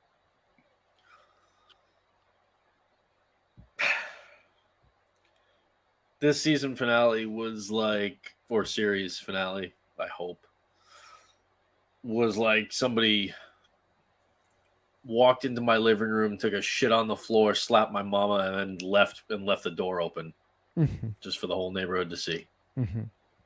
It ruined the show for me. Not gonna lie, like I'll never go back and watch this show again. And I enjoyed, although there were some nitpicks, there were some things that I didn't like. Overall, I was enjoying the show. And if you're watching like a network thing where it's like 22 episodes and maybe there are a couple different like arcs, a couple different stories, throughout, you could go back. Or maybe there's a show where it's like you like the first couple of seasons and then it kind of tapers off and the quality's not as good. It's easy to go back and watch it. When you only have 6 episodes and they keep getting shorter and shorter with every episode, so that like the finale is your shortest fucking episode, which is a trend with Marvel now, where the finale, when they have so much shit that you can't possibly imagine how they'd be able to tie it all up, the last episode ends up being, if not the shortest, among the shortest that the whole show has. Makes no sense. They did so many things in this that they didn't pay off. We were all talking about who did he call at the end of episode 5. Yeah. There was hopes to what we could find from that call, what we would find or get from that call. Didn't mean shit. Nah. It was just a personal. It didn't mean anything. The CG in that fight was atrocious. It looked like dog shit. The whole thing was stupid. She was already, not as super as she was, but by the end, but she was already a super Skrull. She already had the Extremis ability. Yeah. Why didn't you just wait until he walked up to you to get that vial and blow the hole in his chest right then and there? Why wait so like you said, who knows if he was actually going to kill her or not before getting the powers? Like, there was no guarantee that she was going to then become an upgraded Super Skrull herself. So that was a stupid gamble. Yeah. But then once she does, it's like, well, now the playing field is even. You had the element of surprise when he still thought you were Fury and he came up to you to take that and he thought you were like dying from radiation poisoning. You could have just blown a hole in his chest when he walked up to you. Yeah. Why did you not use the element of surprise? Instead, you're going to wait until the playing ground is now even. Makes no sense. At that point, the playing ground wasn't even. No, he had more powers than her. Yeah, but he didn't have anything that would immediately just bring him back to life, like Hulk or anything like that. Yeah, he didn't have that because he was doing. He had the Extremis can help heal you, but only to a certain degree. We saw that even in Iron Man 3 when the real Mandarin. You couldn't heal from anything. Right. But then once you have that combined with all these other powers that all now it's like there literally shouldn't have been anything that could have stopped them, like including each other. They both should be running around now. But now you have, like, you gave every power to Gaia. She is God in the MCU now. There is no character that should be able to beat her now. Yeah. Because she has the only person who should be able to beat her now is Scarlet Witch, and they wrote her off. Right. She has the powers of every Avenger. Mm-hmm. If anybody beats her, it's horseshit. Like that. Mm-hmm. No. Because even if you could out-strategize her, you couldn't actually kill her, right? She's got the fucking Hulk, and she like you can't. Well, that's why Gravik should still be alive. He's fucking just healed. Well, and that's you could blast a hole through the Hulk, and he'll knock him down for a minute, but then it'll just heal. Gravik should be alive, like. And that's the other thing that I had said from day one. I was like, they cannot kill Gravik and waste him in this show. Yeah, but we all knew what was going to happen. We all knew it was going to ensure. Marvel just loves to kill their villains. And he should have been. Going forward as the Super Skrull. Yeah, absolutely. Going forward, bring him that's into what he should have Fantastic Four. Hell yeah. You've already established a villain, so you don't immediately have to rely on like Doom or something for that. You know. Mm-hmm. But like they took one of the pillars of Fantastic Four's villain and wasted it on the show when you could have introduced it on the show. And then built him up so that you had something already established once you get the Fantastic Four. Yeah, they wasted him. Fury never. I mean, unlike basically unlike Stella, Fury never got his groove back. All right. He never became the Nick Fury of old. He just became old Nick Fury, right? We never saw him come back to form. Maria Hill's death, who I was on board with early on because I felt like she was misused in the MCU from day one. Her death now was a complete waste. It didn't actually have any value. And because there's only 6 episodes and you know where it all builds and the episodes are so short, I can't go back and enjoy the first 5 episodes of this show because I know that I'm just going to get a steaming shit sandwich at the very end. I can't go back and watch. And there were elements of it that I loved. I really liked those early scenes with Rhodey and Nick Fury. But that's the other thing that pisses me off. I know, Vinny, you said that you were, more okay with it. For me, I'm not, because maybe I would have been if they had actually then delivered on it in this show. Mm-hmm. Mm-hmm. Right? But they didn't. They just, it turns out Rhodey was a Skrull, and it looks like he's been one since right after Civil War. Okay? What the fuck?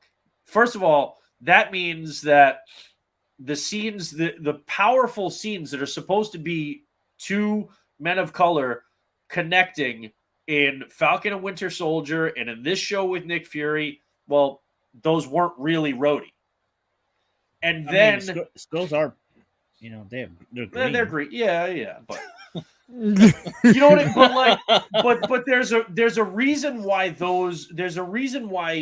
why Sam and Rhodey having that conversation in Falcon and Winter Soldier mattered, right? There's a reason why he was there. There's a reason why that interaction with him and Fury early on mattered.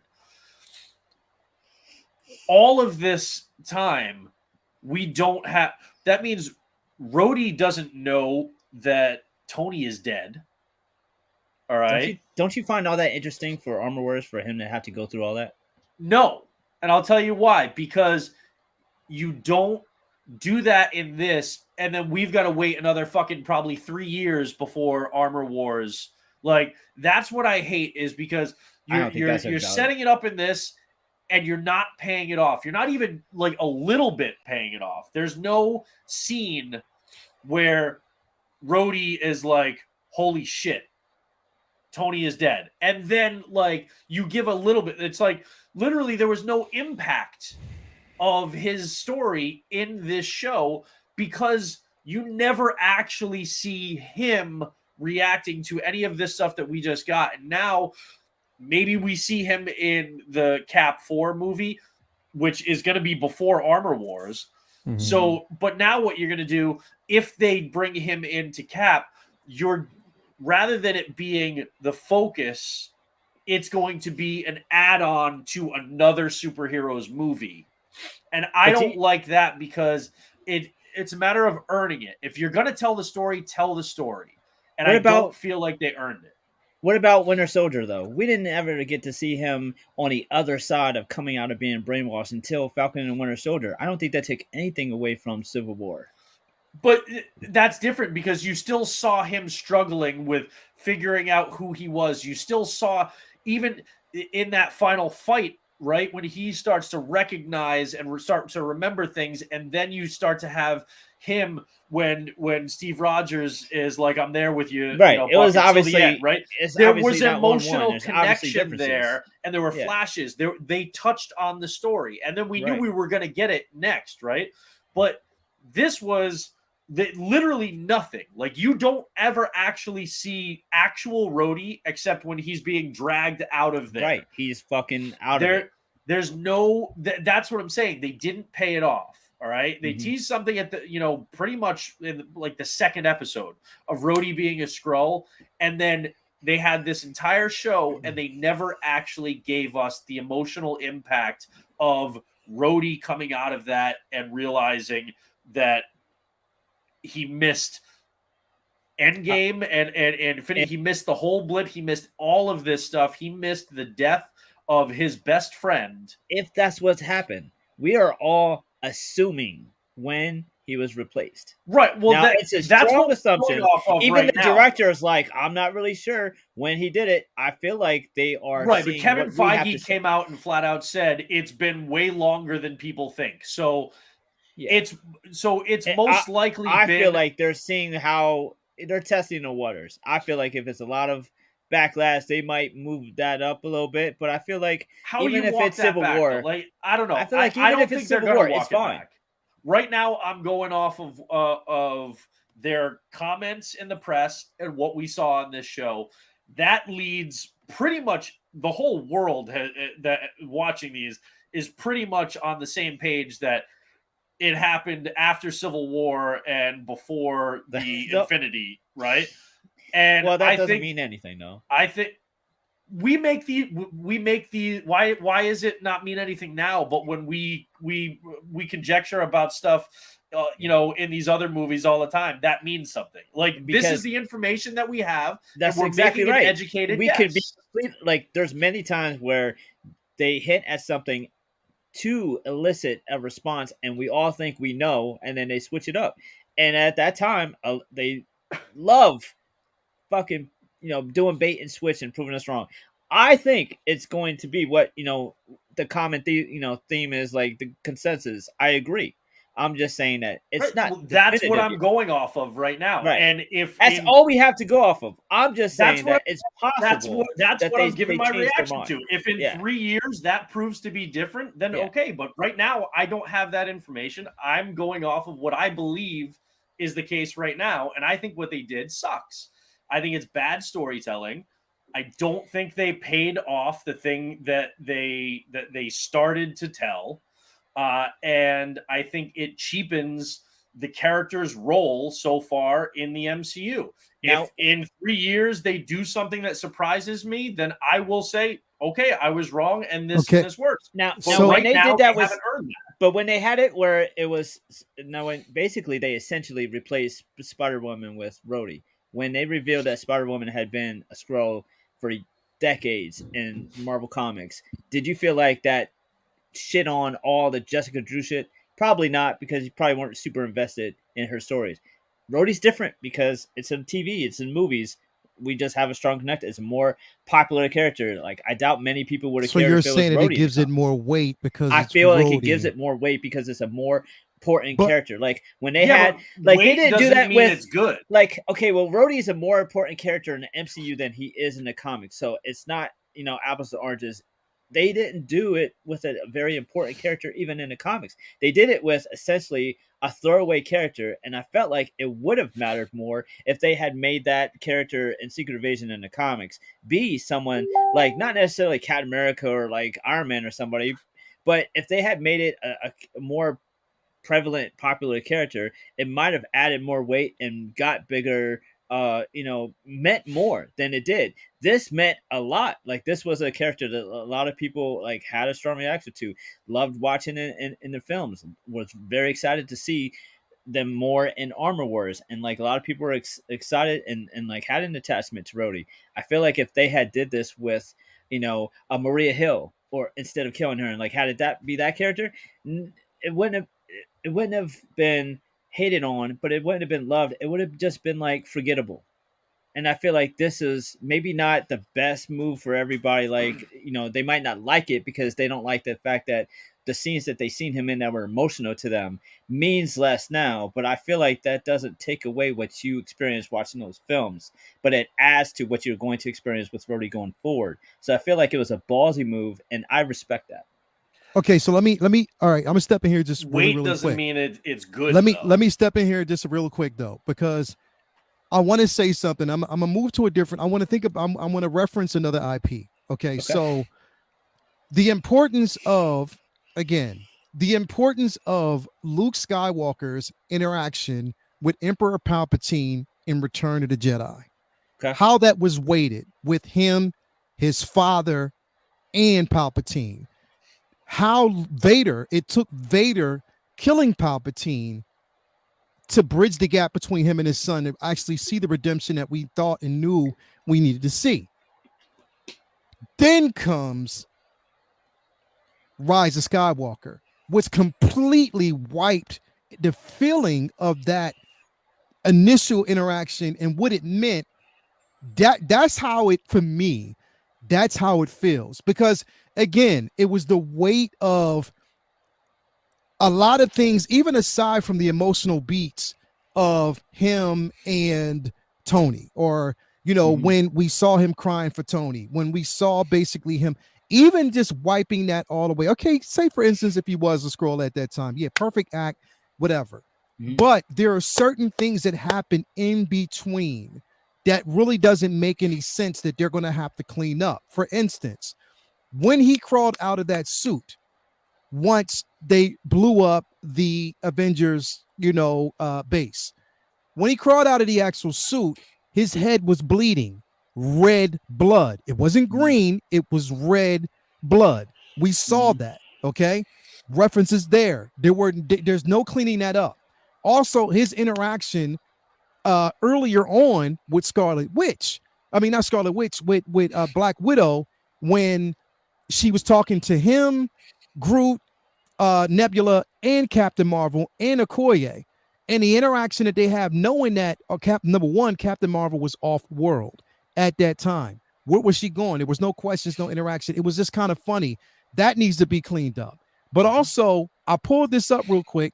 So if there's any question, anybody basically wants to know, so this scene right here was from Civil War. You see what Rhodey has on. You see his robe. You see the collar. This right here is from the final episode of Secret Invasions. Same robe, same collar. So if there was any doubt as to where he came from, if there's any doubt or any speculation, I'm sorry. This was fucking Civil War from the way we actually see it, which to me is like, yo, there's a lot of what happened in between that you're going to have to explain. Hence, if you had a chance to get your hands on any Infinity Stone as a Skrull, wouldn't you take advantage of that?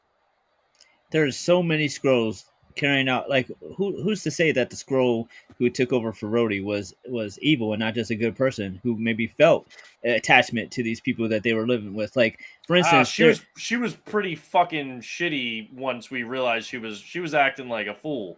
She wasn't but how many villains are like villains to us because of our perception of how we're seeing them on screen versus how they're carrying about? She might not have been feeling the rebellion that she felt. I mean, she might have been she might have been turned by Gravik for all we know. There's a million different ways. But as far as the emotional impact, you bring up Revenge of the Sith, and like when you watch Return of the Jedi, do you sit there going, man, he comes back as a clone anyway, fuck this movie? No, you still enjoy it. You enjoy it, but it still takes away from it because of what we know. Well, when I watch Return of the Jedi, I'm not like, oh, they're gonna fuck this up later, so nah, this ain't the same. But as someone who basically enjoyed the OGs, like the original, yeah, no doubt. As someone who enjoyed it, that's where you want that to stay because of what that moment meant. So regardless, okay, yes, I still enjoy Return of the Jedi, but what they did, it does put a bad taste in your mouth. Is because, why, number one, would you bring this character back the way you did? And for what reason? And there was no weight. There was nothing. It meant to me, absolutely that's nothing. A slight on that film. And it was completely retroactively hurt those previous films to me. And I don't think it should for anybody going to watch. The difference between Lael's example, though, is with Lael's example, is like, he could be like, I'm just going to, in my head, pretend that like the sequel trilogy doesn't exist. And he could still enjoy the OG trilogy for what it is, right? It's harder to do that with what Marvel is doing because everything is interconnected and there's 20 other properties that have all come out. So it's like, so if you want to enjoy any of those, then you got to swallow the bitter pill of... To me, though, that's what's beautiful about comic book properties, right? Like, and that's fine, but you that can't let also Captain means America that it has an impact. If you if they but you do can't something let like Captain America saying Hail Hydra mean like, oh man, like fuck Captain America now I can't enjoy this. They're gonna do wild, crazy shit with but that characters. Wasn't changing that the makes character. More sense, though. That wasn't changing the character of Captain America. It wasn't when you read it. No, it wasn't because it. Anybody who was reading that character would. I mean, I'm sorry, but anybody with half a brain would not think that was actually Cap who was but it loyal was to actually Hydra something all that the they time. drew and wrote, and like, what the fuck are they doing here? Like, you knew that there was going to be there was something explanation behind it. There's different though, because you knew there was something behind it, and it was going to turn out that Cap was not loyal to Hydra. Right. This is a situation where we know that Rhodey was a Skrull. They flat out said he was a Skrull, right? Yeah. So that impacts the things that came before it, as well as all the other stuff that's going to come after it. You could be like, I'm ending Star Wars at Return of the Jedi, and you're going to ignore the sequel trilogy, and in your brain, they just don't exist. But because there are no other movies post original a lot trilogy of people have kind of done for that with Marvel. But when you go with Marvel, you can't ignore this show if you're going to then completely immerse yourself in and enjoy what he'll most likely be in Cap 4 and then in Armor Wars, because they're going to feel the ripple effect of what was done in this show.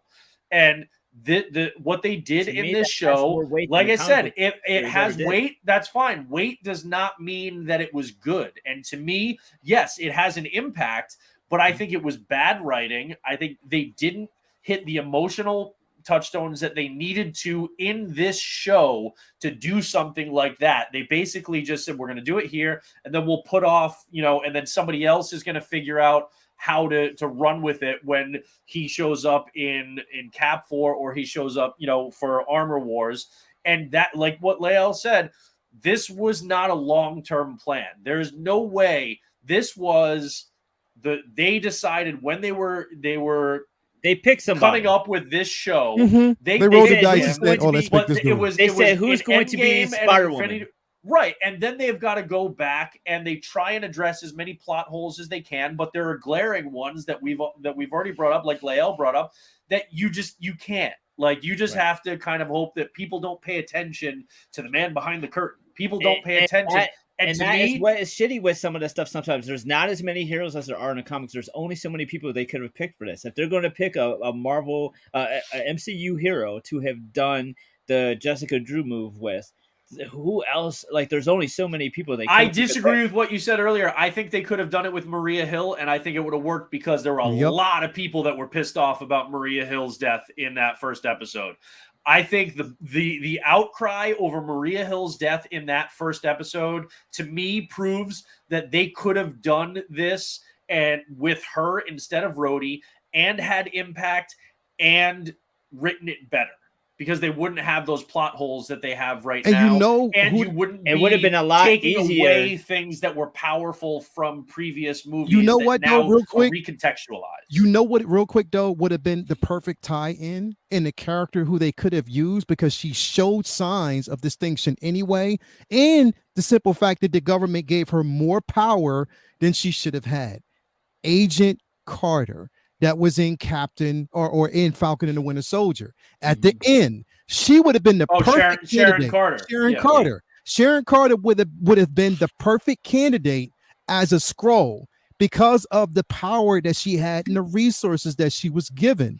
That would have been perfect. Could have explained who she was in Falcon and Winter Soldier, and you don't have to worry about a redemption arc or anything, because this is adding the layers to what that I think maybe that would have been a more obvious thing to the audience, but I think it would have made more sense to people. And like I said, I'm just saying the outcry over Maria Hill's death and the outcry that we've seen since over this revelation with Rhodey 100% makes me believe that they could have swapped that, and they could have used Maria Hill in a better way in this, and they could have killed Maria Hill still. They could have killed the actual Maria Hill and made the Maria Hill that we had a Skrull. They could have done both. And I think that would have been way better storytelling, and still would have had the impact with Rhodey. Better than what we got with Rhodey. And you wouldn't have had the plot holes. So like I said, better I understand that having Rhodey as that character has an impact, but an impact doesn't necessarily make it good. And in this case, I don't think my personal stance is you can't color this to make this revelation about Rhodey good. I think it's bad storytelling. Yeah, I am. Well, one plus and one bonus for me was, again, she's great. Yeah, she was great through the entire episode. Or I think she should have had more to do in this episode, but she was dope the entire run, the entire season. I thought she was an amazing character. I'm trying to really, really understand again so knowing that Gaia now has the power of a god in a sense, because literally she has the power of gods, Thor, all these more. So basically, like, you're giving her the powers, or she has these abilities, she's as powerful. Now you're making her part of or working with the MI6. How now earlier we talked about how the use of power and how they were able to utilize each individual power set. And the director basically came out and said, well, what people don't really realize about the Skrulls is that when they're basically taking on the form, or they take on the powers or the DNA of these particular characters, they're also taking on the memories, a set of memories of these characters. So why do people have a problem with Rhodey feeling sad when he was Rhodey as a Skrull? I mean, it's right there. I don't have a problem with him feeling that emotion. I have a problem with it not being actually Rhodey. That's that situation. That's tomorrow. That's a you problem. Like, they're hoping that you just respect but I'm the audience, and I'm giving my opinion. I have a problem with it. I understand. I think Marvel doesn't have a problem with it. I do. I understand that. Well, see, the thing is, it's not just Marvel though. I mean, it's not just you though. The consensus is majority. I mean, obviously, a lot of people are upset about it. What was it? Has a problem with it. What was it but like? There's a difference between you don't like it and it don't make sense. Yeah, but those aren't mutually exclusive. I don't like it, and it also doesn't make sense. I think it does. I'm not talking about the part with Rhodey like shedding a tear. I'm not saying that. Like, there's Rhodey, a lot of people who are. Because there's a lot of people who says that doesn't make sense that Rhodey would be sad Iron Man died because it's not really Rhodey. He could literally be acting like people who are undercover. Like, pretend to feel emotions that they don't have all the time. I'm saying there's people who say it doesn't make sense. Rhodey would be sad, like in different moments. Like, that takes away. It's not taking away. It's not taking away from the emotional beats that he would feel. Yeah. If him having the emotions of Rhodes, that's fine to me. All right. Cool, I just have a problem with the execution. Yeah, that's my problem. It's not. I love that we can all agree though. Yeah, that Sonya would like. Because when what's her name, Olivia Colman or whatever, when she's like, when when she hears other people saying, "Oh, we got some bad Rotten Tomatoes reviews," she's like, "We, no, y'all, like everybody loves me. Y'all, they're criticizing y'all. They love me. Like she's fired. She should have been Val. She Should have been was. Val. She should have been Val. Yeah, I've been basically saying. I mean, I that like Julia Louis-Dreyfus, and I think she'll do okay in the role. But she'll do okay. But she is like scene so filler, good bro. that I believe like, her. She should. Yeah. I think when I look at Julia Louis-Dreyfus, I see like Julia Louis-Dreyfus just being silly. Like I believe this. Whereas this one, she can be that funny Brit, but then also stone cold all of a sudden and send chills up and down your spine. I believe. Right? Her. You never. Yeah. Like at least so far, at least from what we've seen so far. Right. Julia Louis-Dreyfus isn't going to be a version of Val where you are actually feeling fear, right? Mm-hmm. Where she can flip a switch and that look all of a sudden makes you scared shitless. Mm-hmm. And yeah, she can do that in a way that at least I'm not saying Julia Louis-Dreyfus can't. I'm saying we haven't seen it from her yet. And when you haven't seen it from her yet, but we've seen it so well from her, it does make you want to see her in that role. I think the resolution here is one of the things that's kind of funny too. Like she's like, "How do I know I can trust you?" She's like, "You don't. I'm going to use you. You're going to use me." Like, the thing that she's still upset about is exactly the same with Sonya as it was with Fury, and now she's okay with it. Like Fury wasn't able to get you really another planet. The irony, Sonya is not able to get you another planet. So why do you even give a shit what she can do for you? She can't get you another planet. You now have the power, literally, of a godlike being who can fly away and go look for other fucking planets. Why are you still on Earth? And that's the thing. Are they? Here's my thing. You have Captain Marvel's powers. Why are you here? Exactly. The Why potential don't you just go to find take another fucking planet. The potential of where they can take her as a character. I would more so want to see her villainous. Take her Game of Thrones role. I would more so want to see you villainous than good, because then it offsets everything at that point, bro. Because do you think she's in the Fantastic Four movie? I don't know. I hope not. I hope not. Wait, I mean Gaia. Yeah, I hope not. Yeah, I hope not. I hope not. She is the only Super Skrull. Yeah, no, I don't. No, that's that's what I'm saying. With an actor like her, with a name like her, and the way they left this show, clearly they want to do something else with her in the MCU. I mean, if they go that route, they go that route. But I would much rather see Gravitz. I would much rather see that character. That was absolutely what they should have done. We said that from day one, and we knew they weren't going to, and they proved us right. But my question is, how are they going to use Gaia moving forward? Are you going to have a Super Skrull that has nothing to do with the Fantastic Four, is not a villain, or are you going to make more Super Skrull? Because my concern too is that we're all of a sudden like that's going to be like a trope that they lean on. It's like every so often you find out, oh well, this person was a Skrull and that person was a Skrull. It's like it's going to be a thing that they lean on too much. Slippery slope. That's why I said from jump that it was not one of my favorite stories in the comics, because it's such a crutch. So it can be used, like you're saying, in a sense, it can be used as a rewrite to kind of change the narrative. It's like the Krakoa shit. Anytime something doesn't work out the way you want, oh, don't worry, they were a Skrull. It wasn't really them. So if you fuck up, you can just say that was a Skrull and then write it off.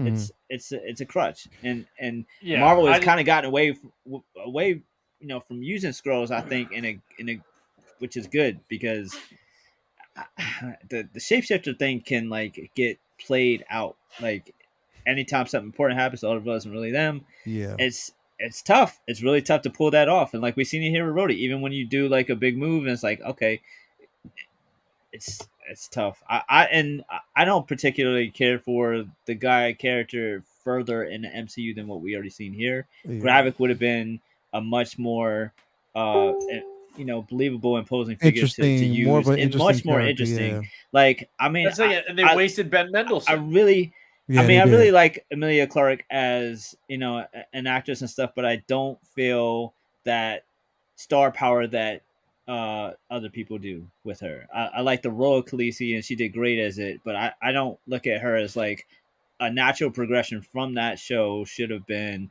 A-list actress to do like be major power in Hollywood and stuff like that. She hasn't really like captured that with any of the other roles the way she did with that character. And in here, she does fine, but I don't think it was a strong enough performance to be like, I can't wait to see her cross over and be like a major player in other Marvel Right. properties. It wasn't written that well. Like she played the role the best she could, but there wasn't enough meat on the bone there for her to Yeah. do something more with it because they didn't give her enough scenes with Ben Mendelsohn, and then they killed Yeah. him and wasted him.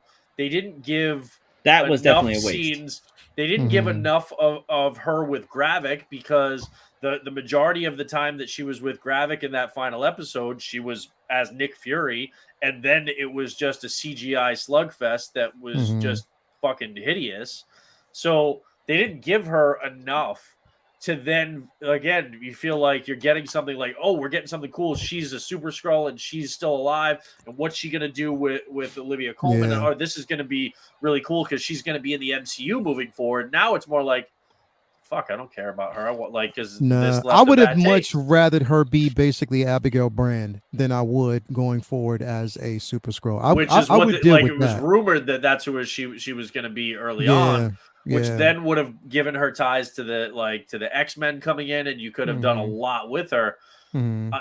Fuck, I would have rathered them save her for that or for something with the Shi'ar Empire. I don't know. It's just this was like I said. I feel like I every s- decision that was made in this final episode for me was the wrong one. I look it's at really also every really single tough thing to they write did, for her and it was now. all bad.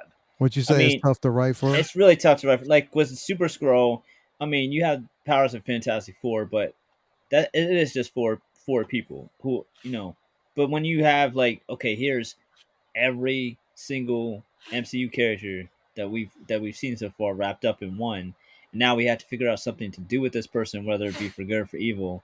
And how do you not just say, oh, okay, well, if they showed up, this just be over? It's that's part. The irony here is we keep hoping to see some of our favorite characters for the past 10 years like they are in the comics, and they get nerfed Mhm. over and over Yep. and over. We see Thor barely able to beat like giants and stuff, or whatever stuff like that. And then here you have someone who they made up for the show. Yeah. It's just Yeah. Like you that yeah, And bro. we're not gonna get War Machine the way we should. We're not Like gonna get War yeah. Machine the way we should. Yeah, here's This right here's the here. thing. Going forward with Armor Wars, right?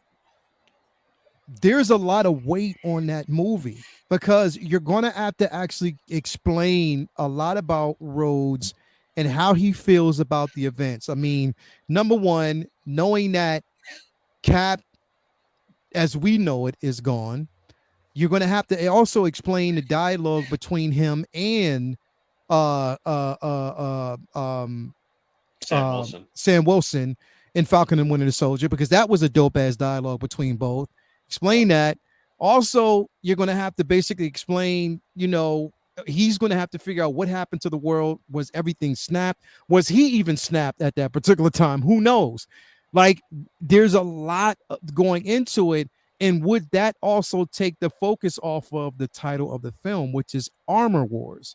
So there's a lot that you have to really explain in one film. And if the writing isn't good on that, it's like there's a And lot. that's one of my biggest problems too is that you're putting all the onus on his next on Armor Wars. Like you're putting it all on that Mhm. because you the Disney Plus MO, we're gonna hamstring our own shows with these unnecessarily stupidly fucking short run times Mhm.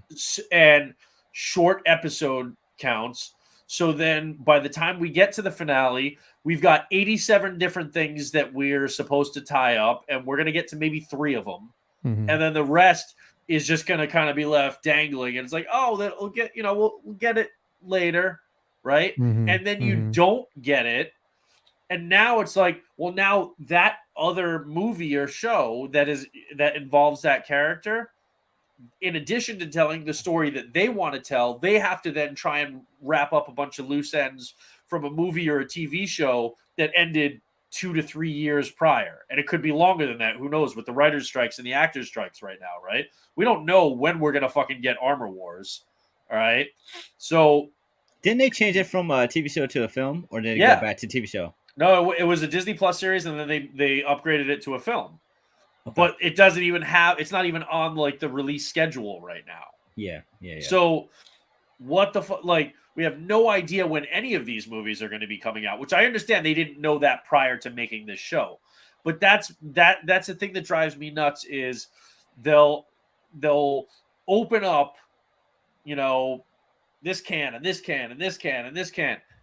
And then they don't fucking deal with the worms. They don't like, Nope. they don't deal with any of it. And they're just like, oh, that'll be like for the next show, or that'll be for like the next movie or something. And that's what makes me annoyed when I feel like they didn't earn it, because they started something and they didn't tell the story. And you don't necessarily have to tie everything in a neat bow. There can be things that carry over, but you still have to tell it so that it feels at least like this show can exist as a complete thing on its own. And to me, I just felt like it felt empty. Like it felt like they just started it and then they just decided, kind of like the She-Hulk thing, where all of a sudden they break the fourth wall, and now it's like the Kevin is like the AI bot or whatever, and like it's like, and then she suddenly goes back into the comic book, like the MCU, you know, kind of world. But they never there was no resolution to the story that was happening. It was just like, oh, it's being written and stuff, and now I go back in and it's all taken care of. It's like they just kind of ran out of ideas on how to finish it, and so they just didn't. They just left it. And that's what I feel like they did to the character of Rhodey. I feel like if you're going to do something like that, then you need to give some sense of closure, or you need to pull it off in a way that people feel like, okay, that was at least a complete idea. You had a concept for it and you executed it. And I feel like they just stopped in the middle, and to me, it's bad storytelling. And that also makes that movie and that character and the writers dealing with that starting an uphill battle from jump, because they've got to deal with the baggage of Rhodey coming out of this show. And that's the thing, like it's again, I can't wait to talk to Rob about this. Well, we did talk about it a little bit, because he already knew what the script was. But he even said, basically, from the script that he read, this was a complete deviation at the end, which of all things they probably did. But I mean, look, I want people to understand is that this one episode, even though it put a bad taste in my mouth, I think that everything before this was executed brilliantly. You know what I mean? You know, even as much as I hated Maria Hill's death in the first episode, it was the shock that I thought would pay off, but it was a shock that was needed at that point. Yeah, but they just didn't pay it off. Yeah, it didn't. But we did. The upside is we got this particular character. We got, you know, Gravitz, who was amazing. You know, so we did get some amazing content, you know, characters that, you know, one that was wasted. One, I would love to see her potential going forward. But again, it's not the shit on the entire season, but I think this one episode, again, I think it was the lowest. I mean, look, you know, Rotten Tomatoes is Rotten Tomatoes. But it is what it is. Like, but by still, far, it got like 11% or something. Was it 11 or 13%? It was bad. Yeah, which is crazy, because like this, I'll take this episode over the She-Hulk finale anytime. Right, but this was lower than any She-Hulk episode. Yeah, and you know what I said, Lalo? The thing is, like, yeah, some people felt like the Moon Knight show didn't stick the landing. I actually enjoyed the Moon Knight show, even the final episode. Right, I understand, you know, you with kaiju and stuff like that. It wasn't your vibe, but like, story wise, I still am okay. It was better than this. I'm still okay with what they did on that show. But you know what the thing is? They kept Jake Lockley, right? We were always kind of wondering when that was going to come, right? Yeah. and they kept Jake Lockley for a future season, right? But they did it in a way where they didn't give you too much and then not deliver on it. It was something that was teased, and then it was set up for a big role in a second season. All right. I feel like that's kind of what they did here too. They didn't, because we have. Yeah, they kind of did. No, they didn't, because they flat out didn't. Objectively, they did not. That, like, they had him wake up, like, huh? They had Jake Lockley turn around from a fucking car and like say, like, top of the morning to you, mate. Like, they set that up for some future shit to explain. because Jake Lockley was an alternate personality of a brand new character, and something that we have never seen, and Rhodey is a completely different bag than what they did with him. With Jake Lockley, you can do that because nobody in the MCU has been introduced to that version of that character yet. So there's no expectation on that. You don't know, because the Stephen Grant that we got in that show was completely different than the Stephen Grant that you get in the comics. So we knew that there was a good chance that Jake Lockley was also going to be very different than what. So the way they teased that, they were setting it up so that was going to be the thing, that the through line from the first season to the second that then carries over, and it gives you a new element of that character to deal with. But with Rhodey, it's like, no, we're actually taking away the things that you thought were him, and now none of that actually had an impact on that character, and we're not going to handle it in this show. We might do it in Cap 4. We might do it in Armor Wars. Who knows? Well, shit, that's completely different. Is sooner than Moon Knight too. We got less time to wait. We don't know when the next time we're going to see Moon Knight 2 those. hasn't even been announced. At least Armor Wars has. Right, but again, you're dealing with that you can do that when you're doing it on the Moon Knight show with somebody like Jake Lockley, who is a third personality of the main character that you've already gotten, but you've never gotten that version yet, versus Rhodey is somebody that people have 10, 12 years worth of cinematic history with, that you're now kind of like throwing out the window, not because it was planned for that whole time, but because the writers of this show decided, who are we going to flip? We're going to do it with him, and then you don't earn it all the time. And we like, there's so many decisions. A new writer comes in and says, "Oh, this." And I criticize it if they don't do it well in the comics. You can, but if they set it up in one story and they're like, okay, here. now you got to wait for the big crossover, Civil War 2, 3 story that we're setting up for the payoff.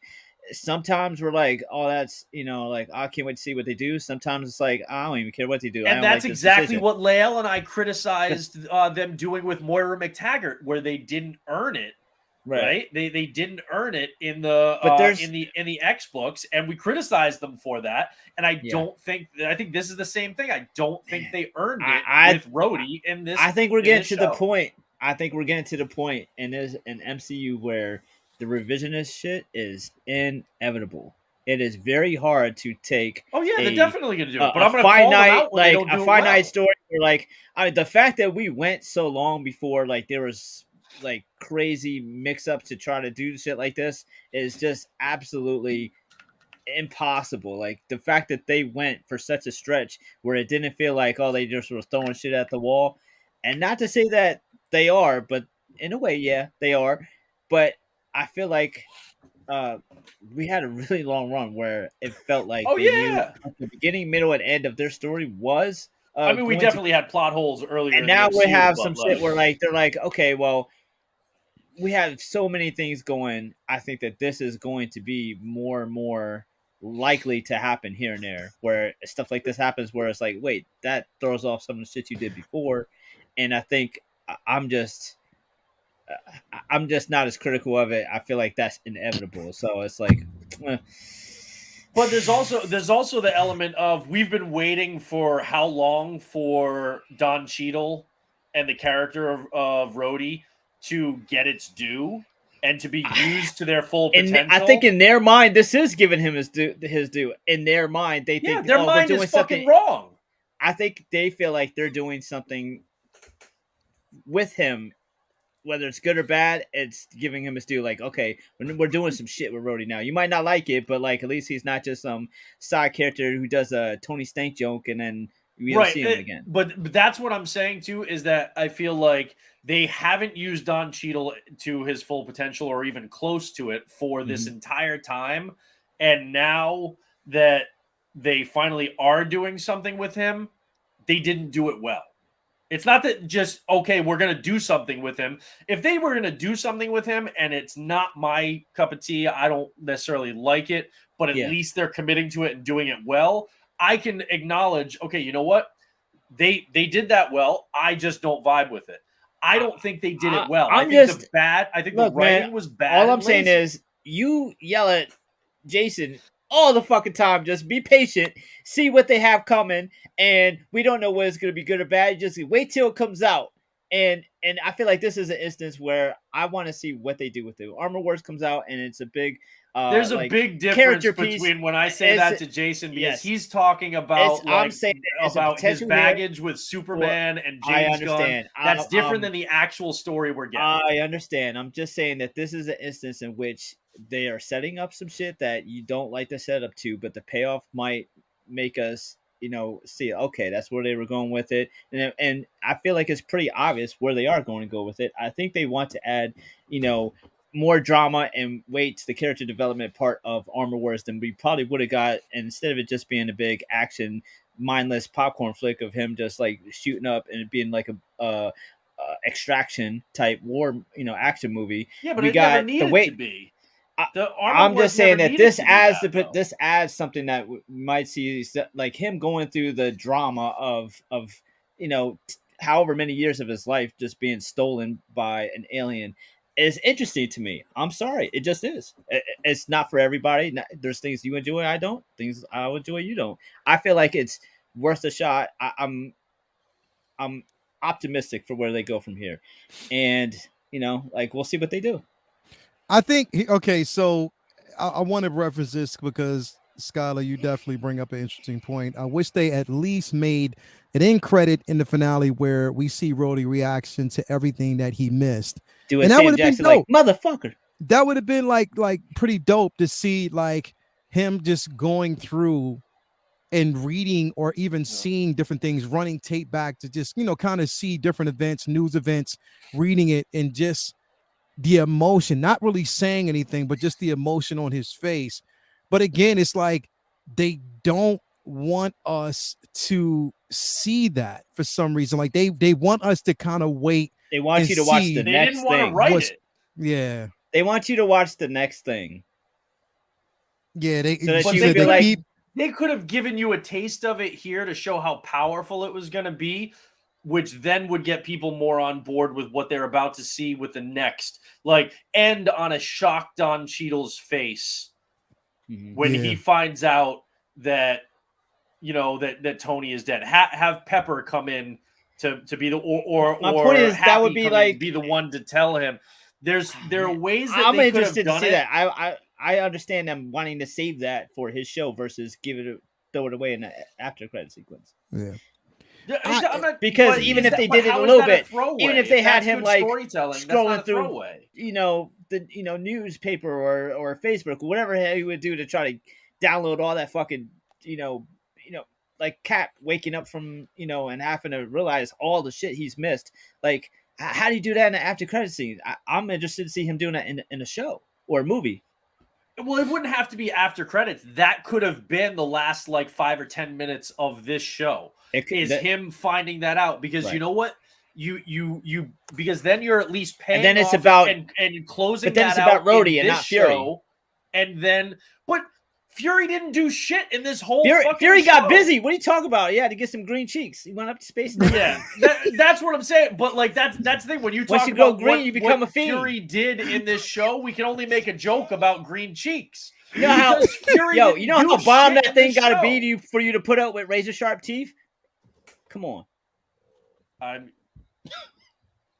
gonna have some dick calluses, I guess, but that's the point. They could have done it in this show. You can do something worse than an eye. Shit. Well, that's true. That's true. There's no denying that. Yo, But- see, But if they had done it in this show with Rhodey, then they could have done the fallout in whatever it comes next, the Armor Wars or Cap 4, whatever it is. And it would have felt like better storytelling, and they would have earned it in this show rather than leaving this show feeling we're flat. protecting. And all That's they like did was leave this show feeling flat. It was just bad storytelling. Yo, motherfuckers, man. I swear to God. Who, like, yeah. If everybody out there, this is why we do this show. This is why we do this show. You're not going to get anything else like this anywhere else but here. You're going to find this here. Because that little moment when Brendan was in that space and it was like, yeah, that is kind of true, though. Yeah. It was very true. Bro. You know what? That's another plot hole they won't address. I doubt it. They doubt not. Hell no, they're not going to address that. That's definitely not going to be addressed. She is up there in age, though. Maybe those are scroll dentures. It could be Yeah, Pop them out. a whole nother meaning of Secret Invasion. yo, It's fuckers. entirely possible. Yo. Anyway, it's been a great show. Yo. Fuckers, man. Great show out there. Look, I mean, here's the thing, and also one other thing we got to think about is as much as we want to see what's going to happen next, remember there is a writer-director strike. I mean, a writer-actor strike that's going on right now that's prolonging everything. We just got the announcement today that fucking what is it? What is it? No, Beyond the Spider-Verse. Beyond the Spider-Verse Kraven. is delayed indefinitely right now, so they have no dates. The thing is, I think Kraven, it's more like that is because they're trying to hold off on that because they don't have any actors to promote it. Yeah. And Kraven by itself, like you need marketing push behind that because Kraven by itself is not going to make a ton of money. You have to have heavy marketing where you've got the stars going out there and you're trying to tie it into Spider-Man and Venom, even with, with a wink and a nod. But because that film is like done, they've had the trailers and everything for it. Like that film, they've filmed and edited a while ago. Kraven's not exactly a household name you could just push up. Right. Across the Spider-Verse, Haley Steinfeld, she said she hasn't even recorded a single word of dialogue for that movie yet. Not one. So none of the main actors have even been gone in and even recorded anything by way of dialogue for that movie yet. I think one of the interesting things we're seeing here with these delays. That movie is coming out at the end of 2024 at the absolute best. Holiday 2024 at the earliest. I think one of the interesting and sad things we're seeing with these delays is a lot of studios are making it like, see, look what these actors are doing. Now you're not going to get your Deadpool. Now you're not going to get your Spider-Verse. Look, so, they're fucking it up for you guys, hoping that you take the studio side and like pressure them to like, yo, just, settle for whatever they're paying you because we want to see Wolverine.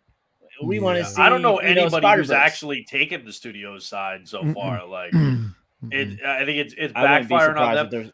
Billionaire. Bob Iger has always had good press about he was great, and then Bob Chapek came in and fucked shit up at Disney. And Big Papa Iger was like the savior coming back. He had all this good press, and now all of his press is negative because of what he said about the strike. Negative, bro. Even Tatiana Maslany, from She-Hulk. She came out and she called him out and said he was out of touch and didn't know what he was talking about. Even she was like, the amount of money that you guys made off of the show versus what we got paid for making the show, like, is absurd. So, and I don't even like that show, but I agree with her. So yeah, they should be getting paid. It's not, their fault. Yeah. It's tough because it's like, there's going to be pressure, obviously, from fans that they want to see this shit, and there's going to be people who don't give a shit. Just like if there's anything else, if there's a strike. Oh, that's creepy, man. That's Damn. That was just unnecessary. Damn, bro. Damn. Oh my god. Damn. Friends, bro. Come on. That's not right. Wow. That's Okay. right. Okay. Man, he looks like he's gonna he's gonna be a tag team with Scar. Bro, Jeez. damn. Wow. That's hilarious. But what were you gonna say? Oh, I was just saying, like, obviously there's gonna be people gonna want their superhero movies and their Hollywood movies, and I'm sure they're counting on people to just like be frustrated with the actors and writers. But that's as much as this isn't like a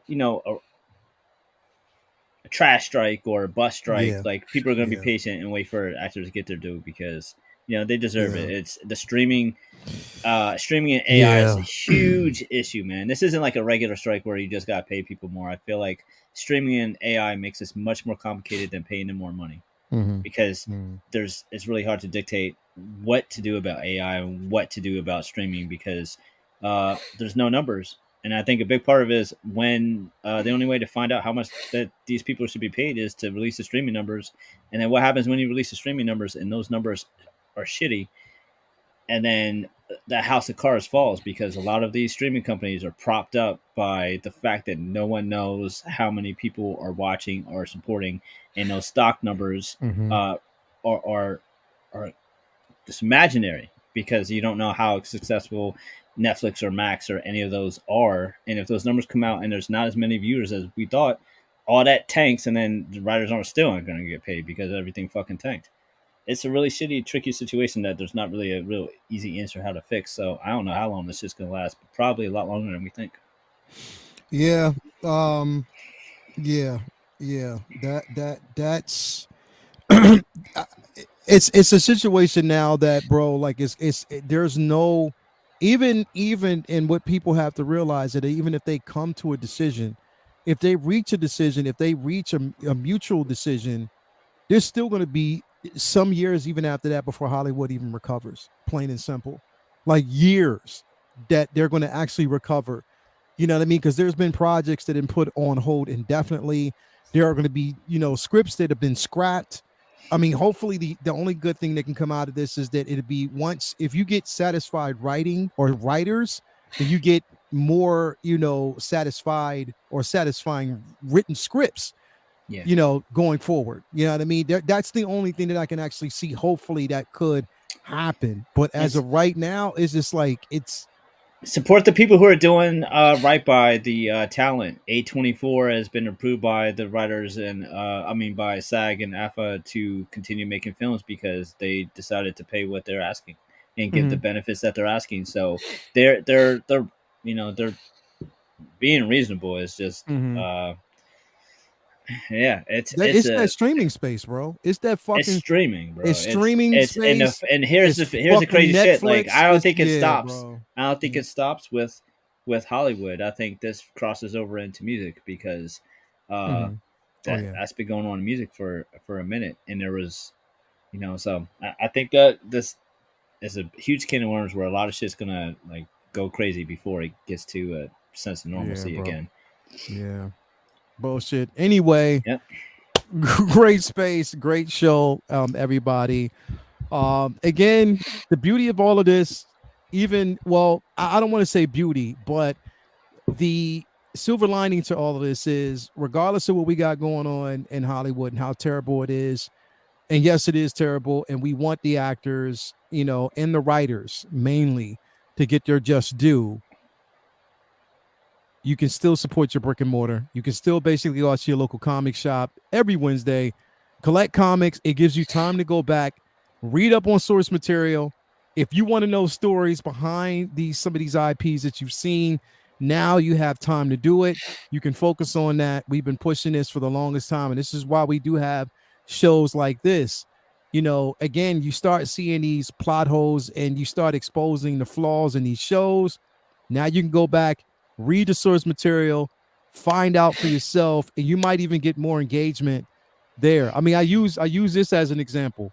I went to Otakon over the weekend, thoroughly enjoyed it. It opened my eyes back to just going back and watching anime, because I had fallen away from anime for a while. Now I can go back and see it and wonder why there's a level of enjoyment for these characters. And It's pretty high level now. exactly, pretty high level now. And that's how I feel about even comics now.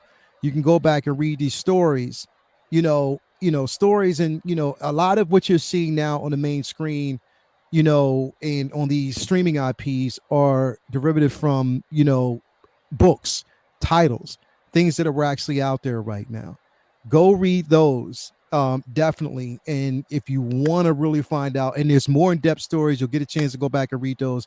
You'll find them more enticing, and which then allows you to expand on your reading material. So definitely do support your local brick and mortar and get out there and read some books. Plain and simple. That's it. Physical media too, not digital.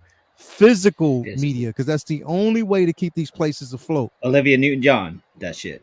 Exactly, bro. Exactly. Let's get physical media. Definitely, that's what you want to get out there and get those books as much as you can. As much as, Brendan hits me up every fucking week telling me to go out and get some fucking books. This is what y'all need to do as well. I can't help it that I have to wait sometimes at the end of the month to go get my stash. I'm always busy, but I do get my stash. So here's what it is. Excuses. I'm just saying. It costs too much, bro. I mean, I can't. I mean, not cost too much, but I got to travel, bro. Travel time's hard for me, man. You know what I mean? Work and everything. See this? The smallest fucking violin. Right here. Right there? You gotta lean close to hear it because it's so fucking small. Thank you. I appreciate that you played that for me, bro. Anyway, thank you guys out there. It's been a great show. Brendan, what you got going on, man? Actually, this weekend, Fan Expo Boston. So I'm excited. Oh yeah, to I get know back you to were a con. kind I'm of pissed at it a little bit. I'm fucking disappointed that Rosario Dawson canceled, so she is not going to be there now. Yeah. So that was my first signature for that cowl. So that kind of sucks. Not gonna lie. But I'm still going to enjoy the con. My kids are looking forward to it. So I'm still, going to spend a whole lot of time in Artist Alley. Still going to, pick up some books, have a good time. So yeah, that's Friday, Saturday, Sunday. Good stuff coming out this week. So there's a lot of books coming out Wednesday that I'll be picking up. Last week was really good. If people aren't reading the Danny Ketch Ghost Rider miniseries right now, it's fucking amazing. Yeah, bro. If you're not reading the Daredevil and Echo miniseries by Taboo and B. Earl with Phil Noto on art, that's fucking amazing.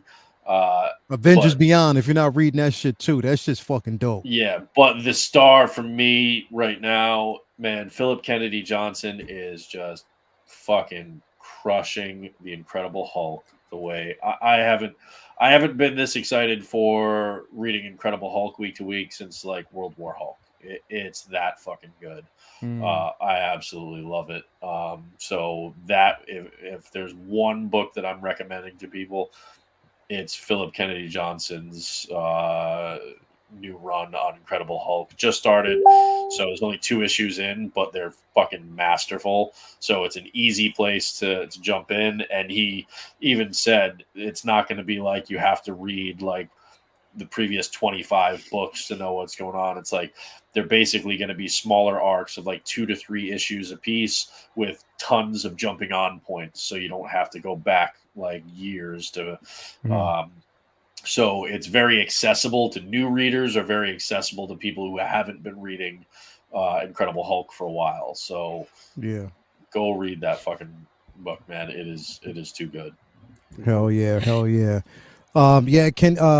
Kinetic or Cybernetics collectibles, yes. 4K discs, omnibus books. Speaking of omnibus books, don't mention that shit on here because you'll go broke when you listen to Butt Naked. And CDs, vinyl. I just got in the Superior Spider-Man Omni. I've got a couple more that'll be coming in the next like week or so. They just a bunch that actually are coming out this month, in August, in September. There's like a slew of really good omnis that are coming out. So I get all mine at organicpricebooks.com just because, I mean, literally like 125 dollar omni is like $70.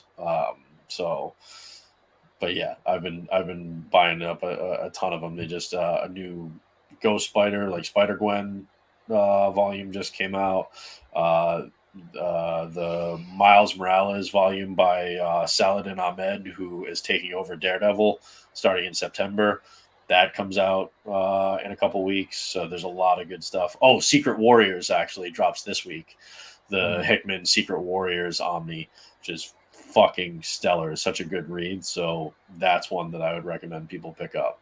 That's also, involves Quake, Daisy Johnson, who a lot of people love from the Agents of S.H.I.E.L.D. show and were hoping was going to show up in Secret Invasion. Obviously she didn't, but still a really good read. So I would check that out. Cool. Definitely, man. Appreciate that. If you haven't already, you can follow Butt Naked, aka Collector Without Fear, on Instagram to get more information. As always, thank you for being here and playing the baby violin. Vinny, what's going on with you, bro? I'm really excited for this weekend. I'm taking my ass to the beach, family vacation, and one of the highlights of my year is balcony, beach view, reading comics, listening to the ocean. It's my happy place, man. It's like one of my favorite parts of the year. So I usually just like get a bunch of trades or several runs and lug it with me to vacation. And when everybody's done with the beach and the pool and the partying and all that good stuff, and it's quiet time, I zone out and listen to the waves and get some reading in, and it's like beautiful reset button. So I'm excited for that. Busting my ass a lot this season. It's a crazy season. I'm looking forward to a little break away from it. And got a bunch of art projects to work on when I get back. I can't wait to start digging into those and get those knocked out. A bunch of regular pulls to organize and read and do all that stuff. So a lot on that front. And for the most part, that's it. There's a nice little break from shows where I can catch up on reading and stuff. And side note, rest in peace, Paul Ruman. Man, I grew up with Pee-wee Herman. Yeah, And bro. he's a big part of like what developed what's funny to me as a kid, man. Like his shit was always so hilarious. I still feel like Pee-wee's Big Adventure is one of the funniest films of all fucking time. Bro. I throw it on every few years. I revisit it, and I still to this day quote like lines from that movie all the time. It is so fucking funny to me. And word of the day. Like all that shit, man. Like I'm not alone. I'm a loner, Dottie, Cowboy rebel, Curtis, like, bro. Cowboy Curtis, all that shit, man. And like that motherfucker was canceled for no reason. I still say it's bullshit the way everything went out for him, and it kind of sucks. I feel like it was a big loss for a lot of us who grew up with his comedy, man. He was a really funny dude, and he'll be missed. So yeah, man. Other than that, just usual same old, man. Definitely, man. Thank you for being also. Oh yeah, that's just so dope. That shit. Dude, this figure, it's pretty great. It looks so fucking good, bro. It is. It is pretty great. If it's still waitlisted, I might have to. I can. You know what? I'm gonna probably reach out to. Actually, I tried to reach out to Ray. Ray said he doesn't have it. He didn't get. Yeah, because I got the. I got the War Machine one through him. Yeah. But he couldn't get any more of these. But I think the waitlist. You can still get them overseas. I just didn't want to pay the shipping on a die-cast large, Iron Man box. So I jumped on the waiting list at Sideshow, and it converted last week. It just came in today. I mean the wait list I believe is still open at Sideshow, so it'll if you get on it, there's a good chance that it'll convert because it's not just a matter of them of people canceling orders. I think it's more just they're getting more in. So if people are interested in it, you probably still get it locally or domestically anyway. Okay. Also, rest in peace to Angus Cloud. Oh, that's right. I just Yeah, I saw saw that Yeah, that right before today. we went Yeah, on. yeah, the actor. Crazy. Yeah, definitely. And he's his only dad died 25. only Yep. 25 years old, and his dad passed away 2 weeks ago. And they said that Jeez. basically he couldn't deal with the anguish. They're ruling it overdose, stuff like that, as his mom found him unresponsive in his home. He So was the rest best in part of that peace. show. Yeah, bro, definitely one of the dopest parts of that show. So rest in peace to him, and condolences to him and the family. So yeah, definitely, man. Like it Yeah, was man. really, really tough. So again, a lot of people are leaving, a lot of people are dying, Yeah, man. and it's really a tough situation, man. So hopefully, again, take care of yourself, say goodbye to your loved ones, love Yes, them, man, because you indeed. never know it here today, gone tomorrow. You never know how that's going to actually be. So Take care of uh, yourself. Take care of each other. yeah, take care of yourself, take care of each other all day, every day. What's going on with me? We have Say What Wednesday. Say What Wednesday. This is basically What Wednesday? yeah, What Wednesday. Basically, this is the it's crazy. This is the anniversary, my 2-year anniversary on Yes, congrats, Facebook. brother. Yo, everybody, hold on, stop the presses. This man is on his 2-year anniversary. 1/6 scale, man. Mm-hmm, This show is really important to us, mm-hmm. and I appreciate you bringing us together and Hell on yeah, this bro. platform and all the other amazing shows that you have. You've been killing it, putting in a lot of hours, a lot of work. Yeah, I bro. I know you behind the scenes are your mind is on your content, constantly trying to make sure everybody has a good time, has Mm-hmm, fun, that it's all love. When it's not all love, it drives you crazy. You mm-hmm. work really really hard to make this all as like a Yeah. special place. It's not just successful for yourself, but successful in bringing people together to have fun and have an outlet for the bullshit in their lives to come enjoy some like Mm-hmm. fun and love and the good parts of this community and collecting. So I really appreciate what you do for everybody, man. It's Thanks, good bro. shit. Congrats on Appreciate the it. anniversary, bro. Yeah, Appreciate you're that. okay. Yeah. So, this is definitely It's all something right. that we've been we've all three of us have been cooking up, been wanting to do stuff like this and have a space. We've been talking about this for a while to sort of finally have a space and to be able to do it, and have, just the different shows, different content where we can actually just come in and give back to like the community that kind of supports us and give them a space to kind of create and feel appreciated, that they can actually talk about this. And also it's like a coming out to a lot of people who are just like us, who want to be able to actually express themselves and be who they are. Hopefully this influences that. So again, 2 years, couldn't have done it without you guys. Especially this show, putting it on the way we do each and every week and staying consistent.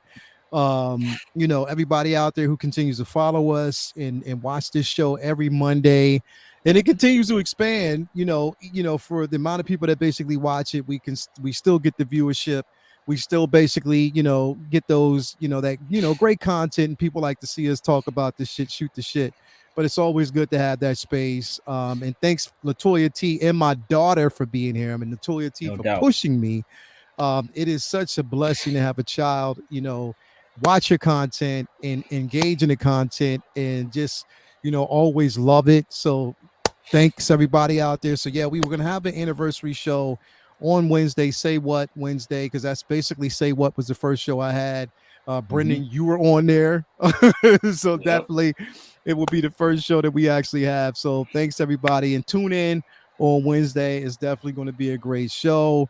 But besides that, yeah, just, Say What Wednesday. We got Uncivilized Scoundrels, I think, on Mario's show this Thursday. I believe, I'm not really sure. Okay. We have Figure Flex Friday, a Collector's Lounge on Sunday.